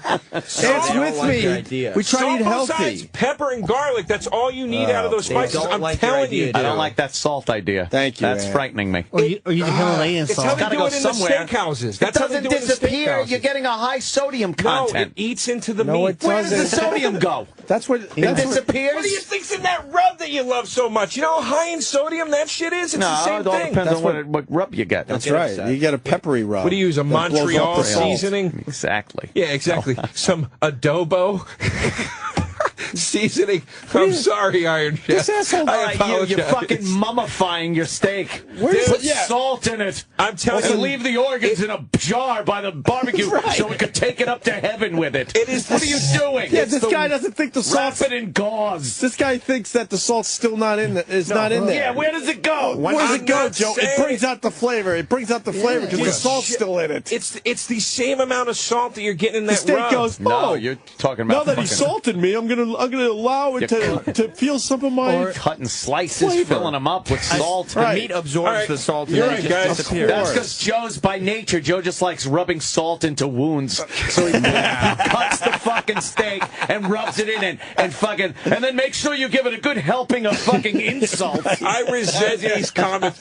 You punch it a few times like you punch your steak like you punch cars. That shows up at your barbecues. Hey, whoever cooks. I learned from a chef. A chef told me this recipe. A fucking chef told me this recipe. Hey, you cook my tube steak in your mouth, you You do realize salt dissolves, right? So it's still there. The Himalayan salt's really good. You're missing the point of the salt thing. I'm not... For you, I understand, Opie, because you're saying I don't put salt on the food, period. Right. Anthony is going, I like to rub the... He's making a face like it's his load going into tits. I love the good fucking... But I like a spicy rub. It's not all salt. Then it's not... I'm telling you, it's not all salt. Joe. You salt both There's sides. no salt and pepper. The salt eats in. Then you hit it hard with crushed ground pepper. You hit it hard. You hear this? Garlic. And maybe a little paprika if you want a little spice to it. Do you hit it hard? Paprika. Do you? Do you wait for the steak to come out of the store before you hit it hard? Yeah. Is it in the car that you're hitting? Is it in the car? Right. You hit it hard. That's douchey. You hit it hard. Who says hit it hard and then you hit it hard? Is it? Here's the question. You put a steak in barbecue sauce. I loved it. Man. What are you making, a fucking Burger King sandwich of the month? Trying to make his own McRib. Joe, here's the question, though. What? Right. Now, you got two guys that I think Ant tries to eat healthy in general. For the most part. Okay. At barbecues. So the whole oil and the salt that magically disappears and hitting it hard with other shit that's bad for you. Pepper's not bad for you. All right, but hear me out. Right. that's all good, but if you don't want to eat shitty, then how do you cook a steak properly? That is, obviously eating red meat in general is not the greatest thing, but you could cut down the calories if you do it right. I hear what you're saying. How much salt do you think I'm talking about? I'm not saying fucking dip the thing in rock salt. No. I'm saying the amount of salt that is in this rub he's talking about is the same amount of salt I'm talking about. Then I'd rather just do the rub than the salt. But I'm alleviating all these other things. But you hit it hard with the rub, or you just kind of sprinkle it on? I'm hitting it hard. And then you hit it hard with some rub. Wow, he really didn't like that, Joe. You know what? You know what I didn't like? The last time I was at Anthony's house, and I almost got salmonella from the bloody chicken from the fucking traffic cop that he let cook us all food. So, I'm sorry if my recipes aren't up to par, Ant. Believe me, with all we were drinking, salmonella had not a chance. I had a friend, Freddie. He's been, I don't know, I talk about him every once in a while. He used to butter his steaks before he cooked them. Oh, boy, yeah. I've seen people do that. That's fucking nuts. Yeah. I don't butter. I've never buttered the steak, but I have used butter as the lube in like if I have to pan fry it. I've used a little butter. A little butter ain't gonna kill you. You can't soak it in the shit, but a little coating just to help get that sear on. Sure, it's nothing, dude. I remember how my mom used to cook fucking chicken in the broiler with just butter. No, it was fucking butter, really? and it would sit in a pool of butter. Amazing, and then every 5 minutes she'd open up the oven and then take a baster and just put the butter all over. But let me tell you something. The fucking skin of the chicken would come out. It was a golden treat to be enjoyed. My aunt gave me a ham recipe one year because I was having friends over at Christmas or something. I was like, I'm going to make a fucking ham and we're going to get drunk and eat it. And where you put you quarter the fucking back of the ham, where you cut the trading tic-tac-toe recipes thing, here on the Opie and Anthony show. You put a clove in each one of the little squares. Sure. And she goes, put it in a pool of orange juice and then bake it. And she goes, every 15 minutes, baste it with the orange juice. Dude, this fucking ham. Was it great? It was amazing. It was amazing. Dude, all the sugar in that juice and the citrus flavor. Oh, do you approve? Yeah, that's Rachel Ray's. Oh, it's Rachel Ray's? Mm-hmm. But see, I'm not stupid. I know how to make She's got hams for her ass. I want to spread our ham hocks apart and eat a chocolate goo hole. I know how to make things. I know how to make things taste good. But the problem I struggle with is trying to eat healthy. Look, if you don't use if you don't use salt at all, you're in a tough spot. Very low. I mean, this guy's going to explain the salt thing with steak. Go ahead, Steve. Hey, what's going on, guys? And please don't use the term "hit it hard." Then you got to hit it hard. I would not hit it hard. Okay. You put the salt on the outside of the steak brings moisture out of the steak, so it intensifies the flavor of the steak, and it also brings out some of the proteins from the steak. So when you sear it, it gets a better sear and more flavor on the outside of the steak. Salt, a lot of times in cooking, is used for the chemical reaction. Okay. Wow. All right. There you go. There's a real answer. Oh, that's amazing, Steve. Well, you had the salt magically disappear. Oh my God. No, Steve. Steve, isn't it nice when people actually let you finish your sentence? How you get the whole explanation out? I was trying to say that 10 minutes ago. I got as far as the salt eats in, and all you focused on was, what is it, a fucking magic trick? What does it disappear? I would have fucking said every word that guy just said if you let me get the goddamn sentence out of my face. Next time I'll come in a suit with glasses on, and then maybe you'll let me talk. I told you. Too bad I'm not a car, because then you could punch me.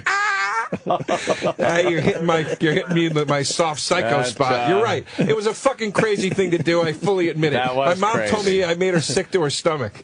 All right, Steve. Thank you. That was crazy to do. I know. That guy was coming for you. I thought of all people, you would have backed me, you fucking lunatic. No, I don't like getting into fucking brawls like that with fucking crazy people. I punched I punched the subway token booth once. I understand, but I just can't do that shit anymore. I can't do. Look, I shouldn't have done it. I had no intention of doing that. I just can't do that shit. I thought he was going to come out. I was going to go, dude, what the fuck, man? And I wasn't a dick when he came at that point. You you gotta understand. You're going to probably have to fight now. I didn't, when he first came out of the store, I didn't go up to him like, hey, fuck you, man. I went up to him like, I go, dude, why would you park here, man? I go, you blocked this whole lane. Everybody's got to pull into the opposing lane. There's kids everywhere. Your car's blocking the little kids. I'm like, I go, dude, you're going to cause an accident, man. And he was just he's like Syria, not my problem. Yeah, he literally was like, fuck you. And he was like laughing. Dude, how much do you see red when you tell somebody, like, dude, come on? Oh, my God, he starts laughing at you. Yeah, it's like, and I freaked out. That's all. What do you expect the guy to do? Go, oh, wow, I see you. Sorry. I see it your way? There's no way. Dude, I fucked up. You know, sorry. Because you're too aggressive. Laugh like I laughed when I saw your mother's huge fucking cunt last night. And that'll get him. Yeah, it's an expert. He's an expert. Yeah. Because you're not going to have the guy see it your way ever. No, never. I was in the movies yesterday. You want him You got to hit it hard. You got to hit it hard. Yeah, you do. I was in the movies yesterday. You got to infuse your fist into the side of his car. This fucking broad in the movies behind me, she's talking. Top of her fucking lungs. Top of her fucking lungs, right? Her daughter keeps going, shh, shh, shh. Yeah, she listen won't to your shut daughter. up. She won't shut up. She keeps talking. Finally, I go, shh. She starts laughing like, oh, shit, I got in trouble, right? It's like, Jesus, just stop talking. What the fuck? Yeah. She keeps talking. Her daughter shushes her again. She goes, don't you shush me. Don't you shush me. Don't you tell me to shut up. And her daughter goes, shut up. Like that. Right. And the lady starts going, and I turn around and I go, lady, shut up. Nice. Fuck. And then this is literally what she says. She goes, don't you tell me to shut up neither. It's a movie. I can talk. No. And it's like, dude, we're civilized fucking here, people. society, is so overrun with assholes now that people, and it's so unpoliced, once again. I don't mean police. I mean us calling each other on our shit. Yeah. You know what you tell that fucking bitch? You turn around and you go, shut the fuck up before I start your daughter's head. That's how you do it. He's got them all. That's how you do it. That's the fucking. Did you ever see The Way of the Gun? Oh, it's the best thing. That scene's great. Start your girlfriend. Yeah. Tell her to shut the fuck up before I start that cunt's head. Yeah. And it's Sarah Silverman. She goes, you motherfucker. And he just punches her right in the face. Oh, what a great scene that is. That kind of asshole behavior has gone on for so long. Yes. That people think that's just the way it goes. They're like, no, you just talk at movies. That's how it goes. That's the new norm. Yeah, you just fucking talk at movies. We're looking at the new Charles Bronson in studio. Yeah, that's right. I got a death wish. It's called Too Much Salt on My Steak. Yes. It's Joe Kersey. And you go at it hard. You're going to go at it hard with these issues? I'm going to go at it hard. That's your new podcast. Games. Joe DeRosa going at it hard. It's about time someone cleans up the scum in this town. I'm cleaning up these streets, starting with people that talk at movie theaters, and then on to people that park illegally. I'm going after the big offenders. Yes, you should. Next, it'll be bike lanes. I'm with you there. All right, Joe, what's the CD called? War Paint. It's fuck off. Oh, man. Wow. That was so uncalled for. Fucking A, right, Joe? It was. These guys, they love female comics. Who's these guys? You. What, because I had a female comic on the air? You've had a lot of female comics. Yeah, you on your do. Show. You really light up when a cute girl comes into the room, don't you? Oh, God forbid a guy lights up when a cute girl comes into the room. Oh, why are you coming at me now? What, because she didn't have a dick? Sorry, it doesn't have a cock. The show? Oh! Sammy does, though. Sammy gets real fucking chatty. He chats it up with the girls. I chat it up with everybody. I'm a chatty guy. You can always tell a guy that never got laid, because a cute chick comes in the room and he's like, I'm sorry. Geez, dear lady. We weren't all the studs that you were in high school. You don't get not laid a a lot stud. in high school? Guys who punch car windows because they're so mad. Well, Sam, a little sexual energy coming out there, Joe. Yeah. Listen, he probably didn't have a lot of frustration in high school. A lot of what are you chicks frustrated love a about, guy Joe? that punches a car. It's dangerous. It makes them all fucking nervous. They love it. It's a bad boy tactic, and it's worked for me for years. I punch stuff in front of girls all the time. Yeah. They love it. Listen, my new CD. Oh, yes. It's not called War Paint. It's called You Will Die. It's online right now. Please download it, and I'll be selling it at my shows, the next of which are in Syracuse this weekend at the Funny Bone starting Thursday. Thank you. Syracuse, you should come on my show. I'll say, oh, that's right. I don't have a show. Who's that? Scorch. Syracuse legend. Scorch. Is that the I've never been up there. Is that the radio show up there? Well, it was. Scorch was one of the guys. Before he moved to Manchester. And then got fired. And I got fired from Man Vegas? Manch Vegas. Manch Vegas. How's that Ceelo book? Yeah. Oh, you're going through the pics? Yeah, you got to go through the pics. Da, da, da, da. Fuck you. What are the pics of? Ceelo. He's small. He kind of looks like Al Roker. Yeah. It's racist. It is. Why? I don't know. I just meant because of the bald something people say when a white person addresses anything having to do with a black person. You got to say, "Well, that's racist." They don't. Oh, they don't know. Never mind. You guys are trying to wrap up. I had something to tell you. Oh. Is it good? It's very good. For you? Yeah. Us? It's good. Yeah. For us found too? out I'm not white. What? At all. Wait, what are you? I did a DNA test on Ancestry.com. No, you didn't. I found out I'm not Italian or Egyptian. I should have brought this up earlier. How do you? Sorry. How do you do a DNA test? You're not Egyptian after all these years of abuse? I found out like 2 weeks ago. Wait. How do you do a DNA test online? They send you a kit, and you fill this tube up with saliva, and they do it. Yeah. Wait a minute. Wait a minute. Why did your adopted parents say you were Egyptian for all these years? The agency said to my parents, the parents were from Egypt and Italy, but I think my mom maybe mistook that as they are Egyptian and Italian, but they were not. They might have just been from those countries. Wait a minute. So you could be the lightest skinned black in America. I have 10% black in me. Right? Huh? Dumb. You know what they say? One drop rule. I actually like that. One drop rule. You can't hang out with Anthony anymore. That's about it. Bye, Joe. 10% black. That's too high. You cocksucker. Would you love me any less? Wait, what are you? Nah. What are you kidding? What are you? They break it down into regions. They can't say to you, like, you're specifically this. They can tell you regions. So 10% was East African, which was like Ethiopia. Oh, my God. That area. That's black. The other, there was 18% North African, which did not include Egypt. It was like Morocco and those areas. Holy shit. Then the rest was Middle Eastern. 72% Middle Eastern, like Iraq, Saudi Arabian, like that whole area. Holy shit. Sleeper cell. What a shithole. Yeah, I know. In the middle of a petri dish. I've been talking about it a lot on stage. Your DNA is a conflict. Huh? Yes. Your DNA is a conflict. Well, here's the funny part. I'm doing a bit about this. Like, I have like a whole fucking thing on my new album about how much I hated being Italian and how much I hate Italian Americans. I just shit on it relentlessly. Right. It's like, I thought they were my people. Now I just have 10 minutes of horrifically racist shit on my CD. Anti-Italian shit. Yeah, it's fucking ridiculous. I talk about how I don't give a fuck about Egypt, and the whole justification is like, I'm Egyptian. Wow. It's like, no, you're not. All that North Africa shit, not one Egyptian fucking piece of it. They got a lot of that in North Africa. Believe it or not, though, the North African region did not cover, at least in my bloodline, did not cover Egypt. The Middle Eastern portion slightly just grazes Egypt. So I'm like, I guess there's a tiny chance I could be from that one little fucking... But come on, what are the chances? Isn't it fucked up that 10% of your genes are responsible for 90% of the crime in your body? Come on, Ann, I'm one of the good ones. Yeah.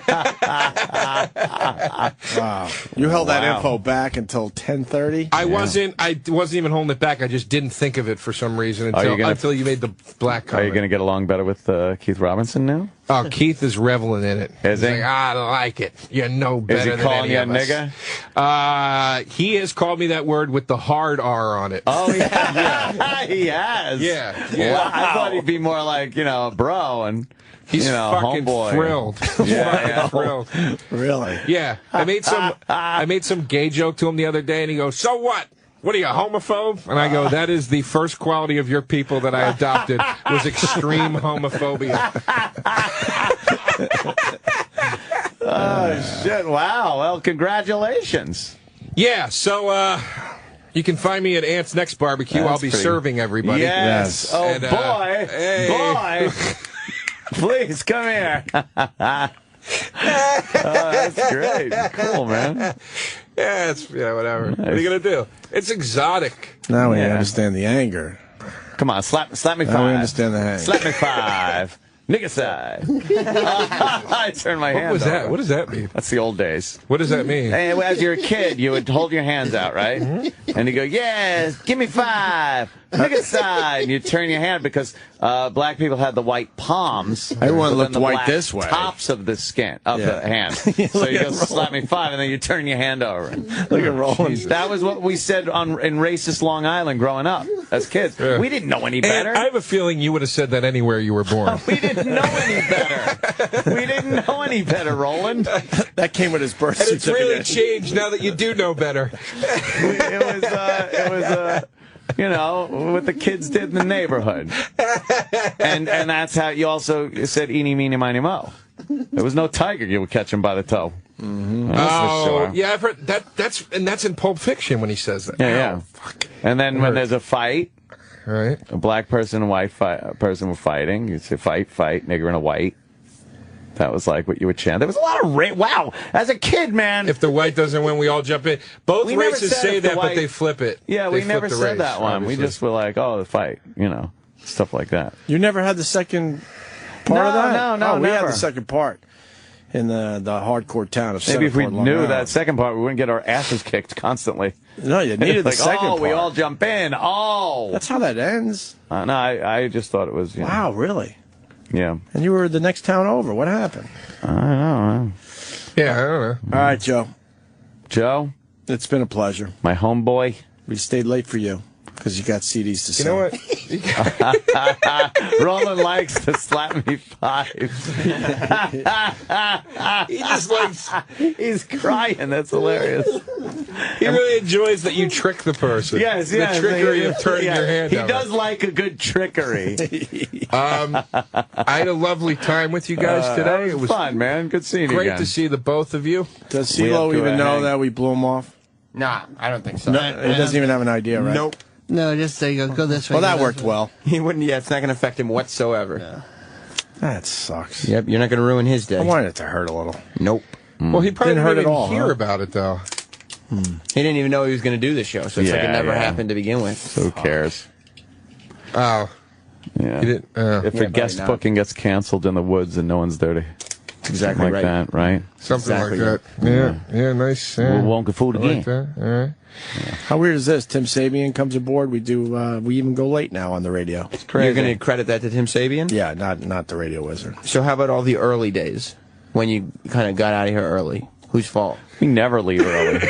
Never? Not really. 10. We usually make it. If we leave right at 10, you know, that's not early. Right. We usually make it to 10 at least. Whose fault was it that you started saying 10 o'clock on the dot out of here? Radio wizard. That's Who's now counting beans somewhere. What'd you guys get, a new boss? Yep. Guy we used to work with. Oh, that's cool. He's good. That's great. See what happens. We're in transition, though, right now, so we really are bossless. Oh, yeah. Oh, he's like coming in. He's not in place yet. Yeah. He's here, but he's got to get all the logistics in place, you know. He's just taking a look. So right now, we just kind looking of... around. Oh. Yeah. And this was the guy from back in the XM days? No. Back God, I in wish Logan was back. Back in the syndication days. Eric Logan is never coming back. No. He's never coming back. He was with Ofra. He went from working with us to Ofra. Ofra Winfrey. Ofra Winfrey. Now, that's a funny pronunciation of Oprah, is what you're saying. Yes. Okay, now I got you. People used to actually call her Ofra. I see. I didn't go at it hard enough. I get it. You just gave me the fucking dirtiest look. It was the look of disgust on your face. And I realized I quickly changed. You notice I went back to normal? Yeah, it was disdain. It was disdain. It was pure disdain. So he went to Oprah. Yep. Jesus, talk about going from say whatever you want to keep your fucking mouth shut. Fucking yap shut. Jesus Christ. Don't Is that say it. unbelievable? Yeah. That is a completely one changed end of the spectrum to other. Huh? Got rid of his bloated alcoholic face. Looks about 10 years younger. That's great. I wouldn't be surprised if she had like contractual shit where it's like, you work for me, you don't fucking drink. Seriously. No, she drinks. Does she? I watched enough of the Ofra. Oh. They did a little reality show, and she had some drinks in the back office constantly. Really? Yeah. The Ofra likes her drinks. Oh, is it like faggy fucking, glass of wine kind of a thing? No, Oh, that's real. I forgot what it boozing was. It up. It was She's something. not tossing back Jaeger shots or anything. Yeah, but Eric Logan cleaned up his act. Lost a lot of weight. Looks great. That's it. Remember the music? That's all right. Sorry. We ate up Sam's after show. Sorry. Look, I don't care. You kind of do. Yeah, you do. What? Did I miss talking to Joe DeRosa? There's always tomorrow. Oh, I got that's to talk right. to him right here. Yeah, Sam, go fuck yourself, What's you little wrong? weasel. Oh, you're so angry. He hung up on you the other day. Yeah, he's such a weasel. I'm in the airport. They call me, and I'm like, yeah, what's up? And they go, we want you to go in the air. I'm like, Who's okay. they? Stop using pronouns. You and E-Rock. So we both called you. E-Rock called me, and his words were, Sam wants you to come on. That's what his words were. Well, he was now, lying to you. which one of you is lying? Who knows? Because it's literally like talking to the devil. You just deal in lies. Anyway, so he goes, they want you to go on. I go, okay, fine. I'm sitting there eating breakfast. He puts me on. He goes, Eliza Schlesinger on the phone. I go, hey. She goes, oh, Joe, I wanted to make a joke on Twitter how I took you out of the #1 spot on iTunes. I go, oh, yeah, that's funny, Eliza. Actually, I wanted to make a joke to you. And she goes, I was afraid you'd get offended. I don't know you well. I go, I don't care. War Payment's funny. No problem. And then he just hangs up on me. And I'm like, the hang up didn't even make sense. Yeah. It's like you hang up on somebody when they're telling a story. No, you hang up on somebody when you don't need to talk to them. I don't know why. Well, then what'd you ask me to come on I for? didn't. I don't know why Eric put you on. Oh, bullshit, Sam. I mean, is this what we would have heard for 45 minutes? No. They're Don't gotta little sell trick us. games. You don't gotta sell us on it, Joe. It's like we dealing know with little what these two are nymphs like. and trolls. Trick games. You know, like they're always Very- dancing lot of around with their trickery. little games. A lot of Bugs trickery. me. I don't know what games you're talking about. I just It was told you cute. what happened. It was cute. You were trying to be like a real radio guy, and it was adorable. Oh, yeah, all right. You'd have fun in Syracuse. You'd pretend you're a real comic. All right.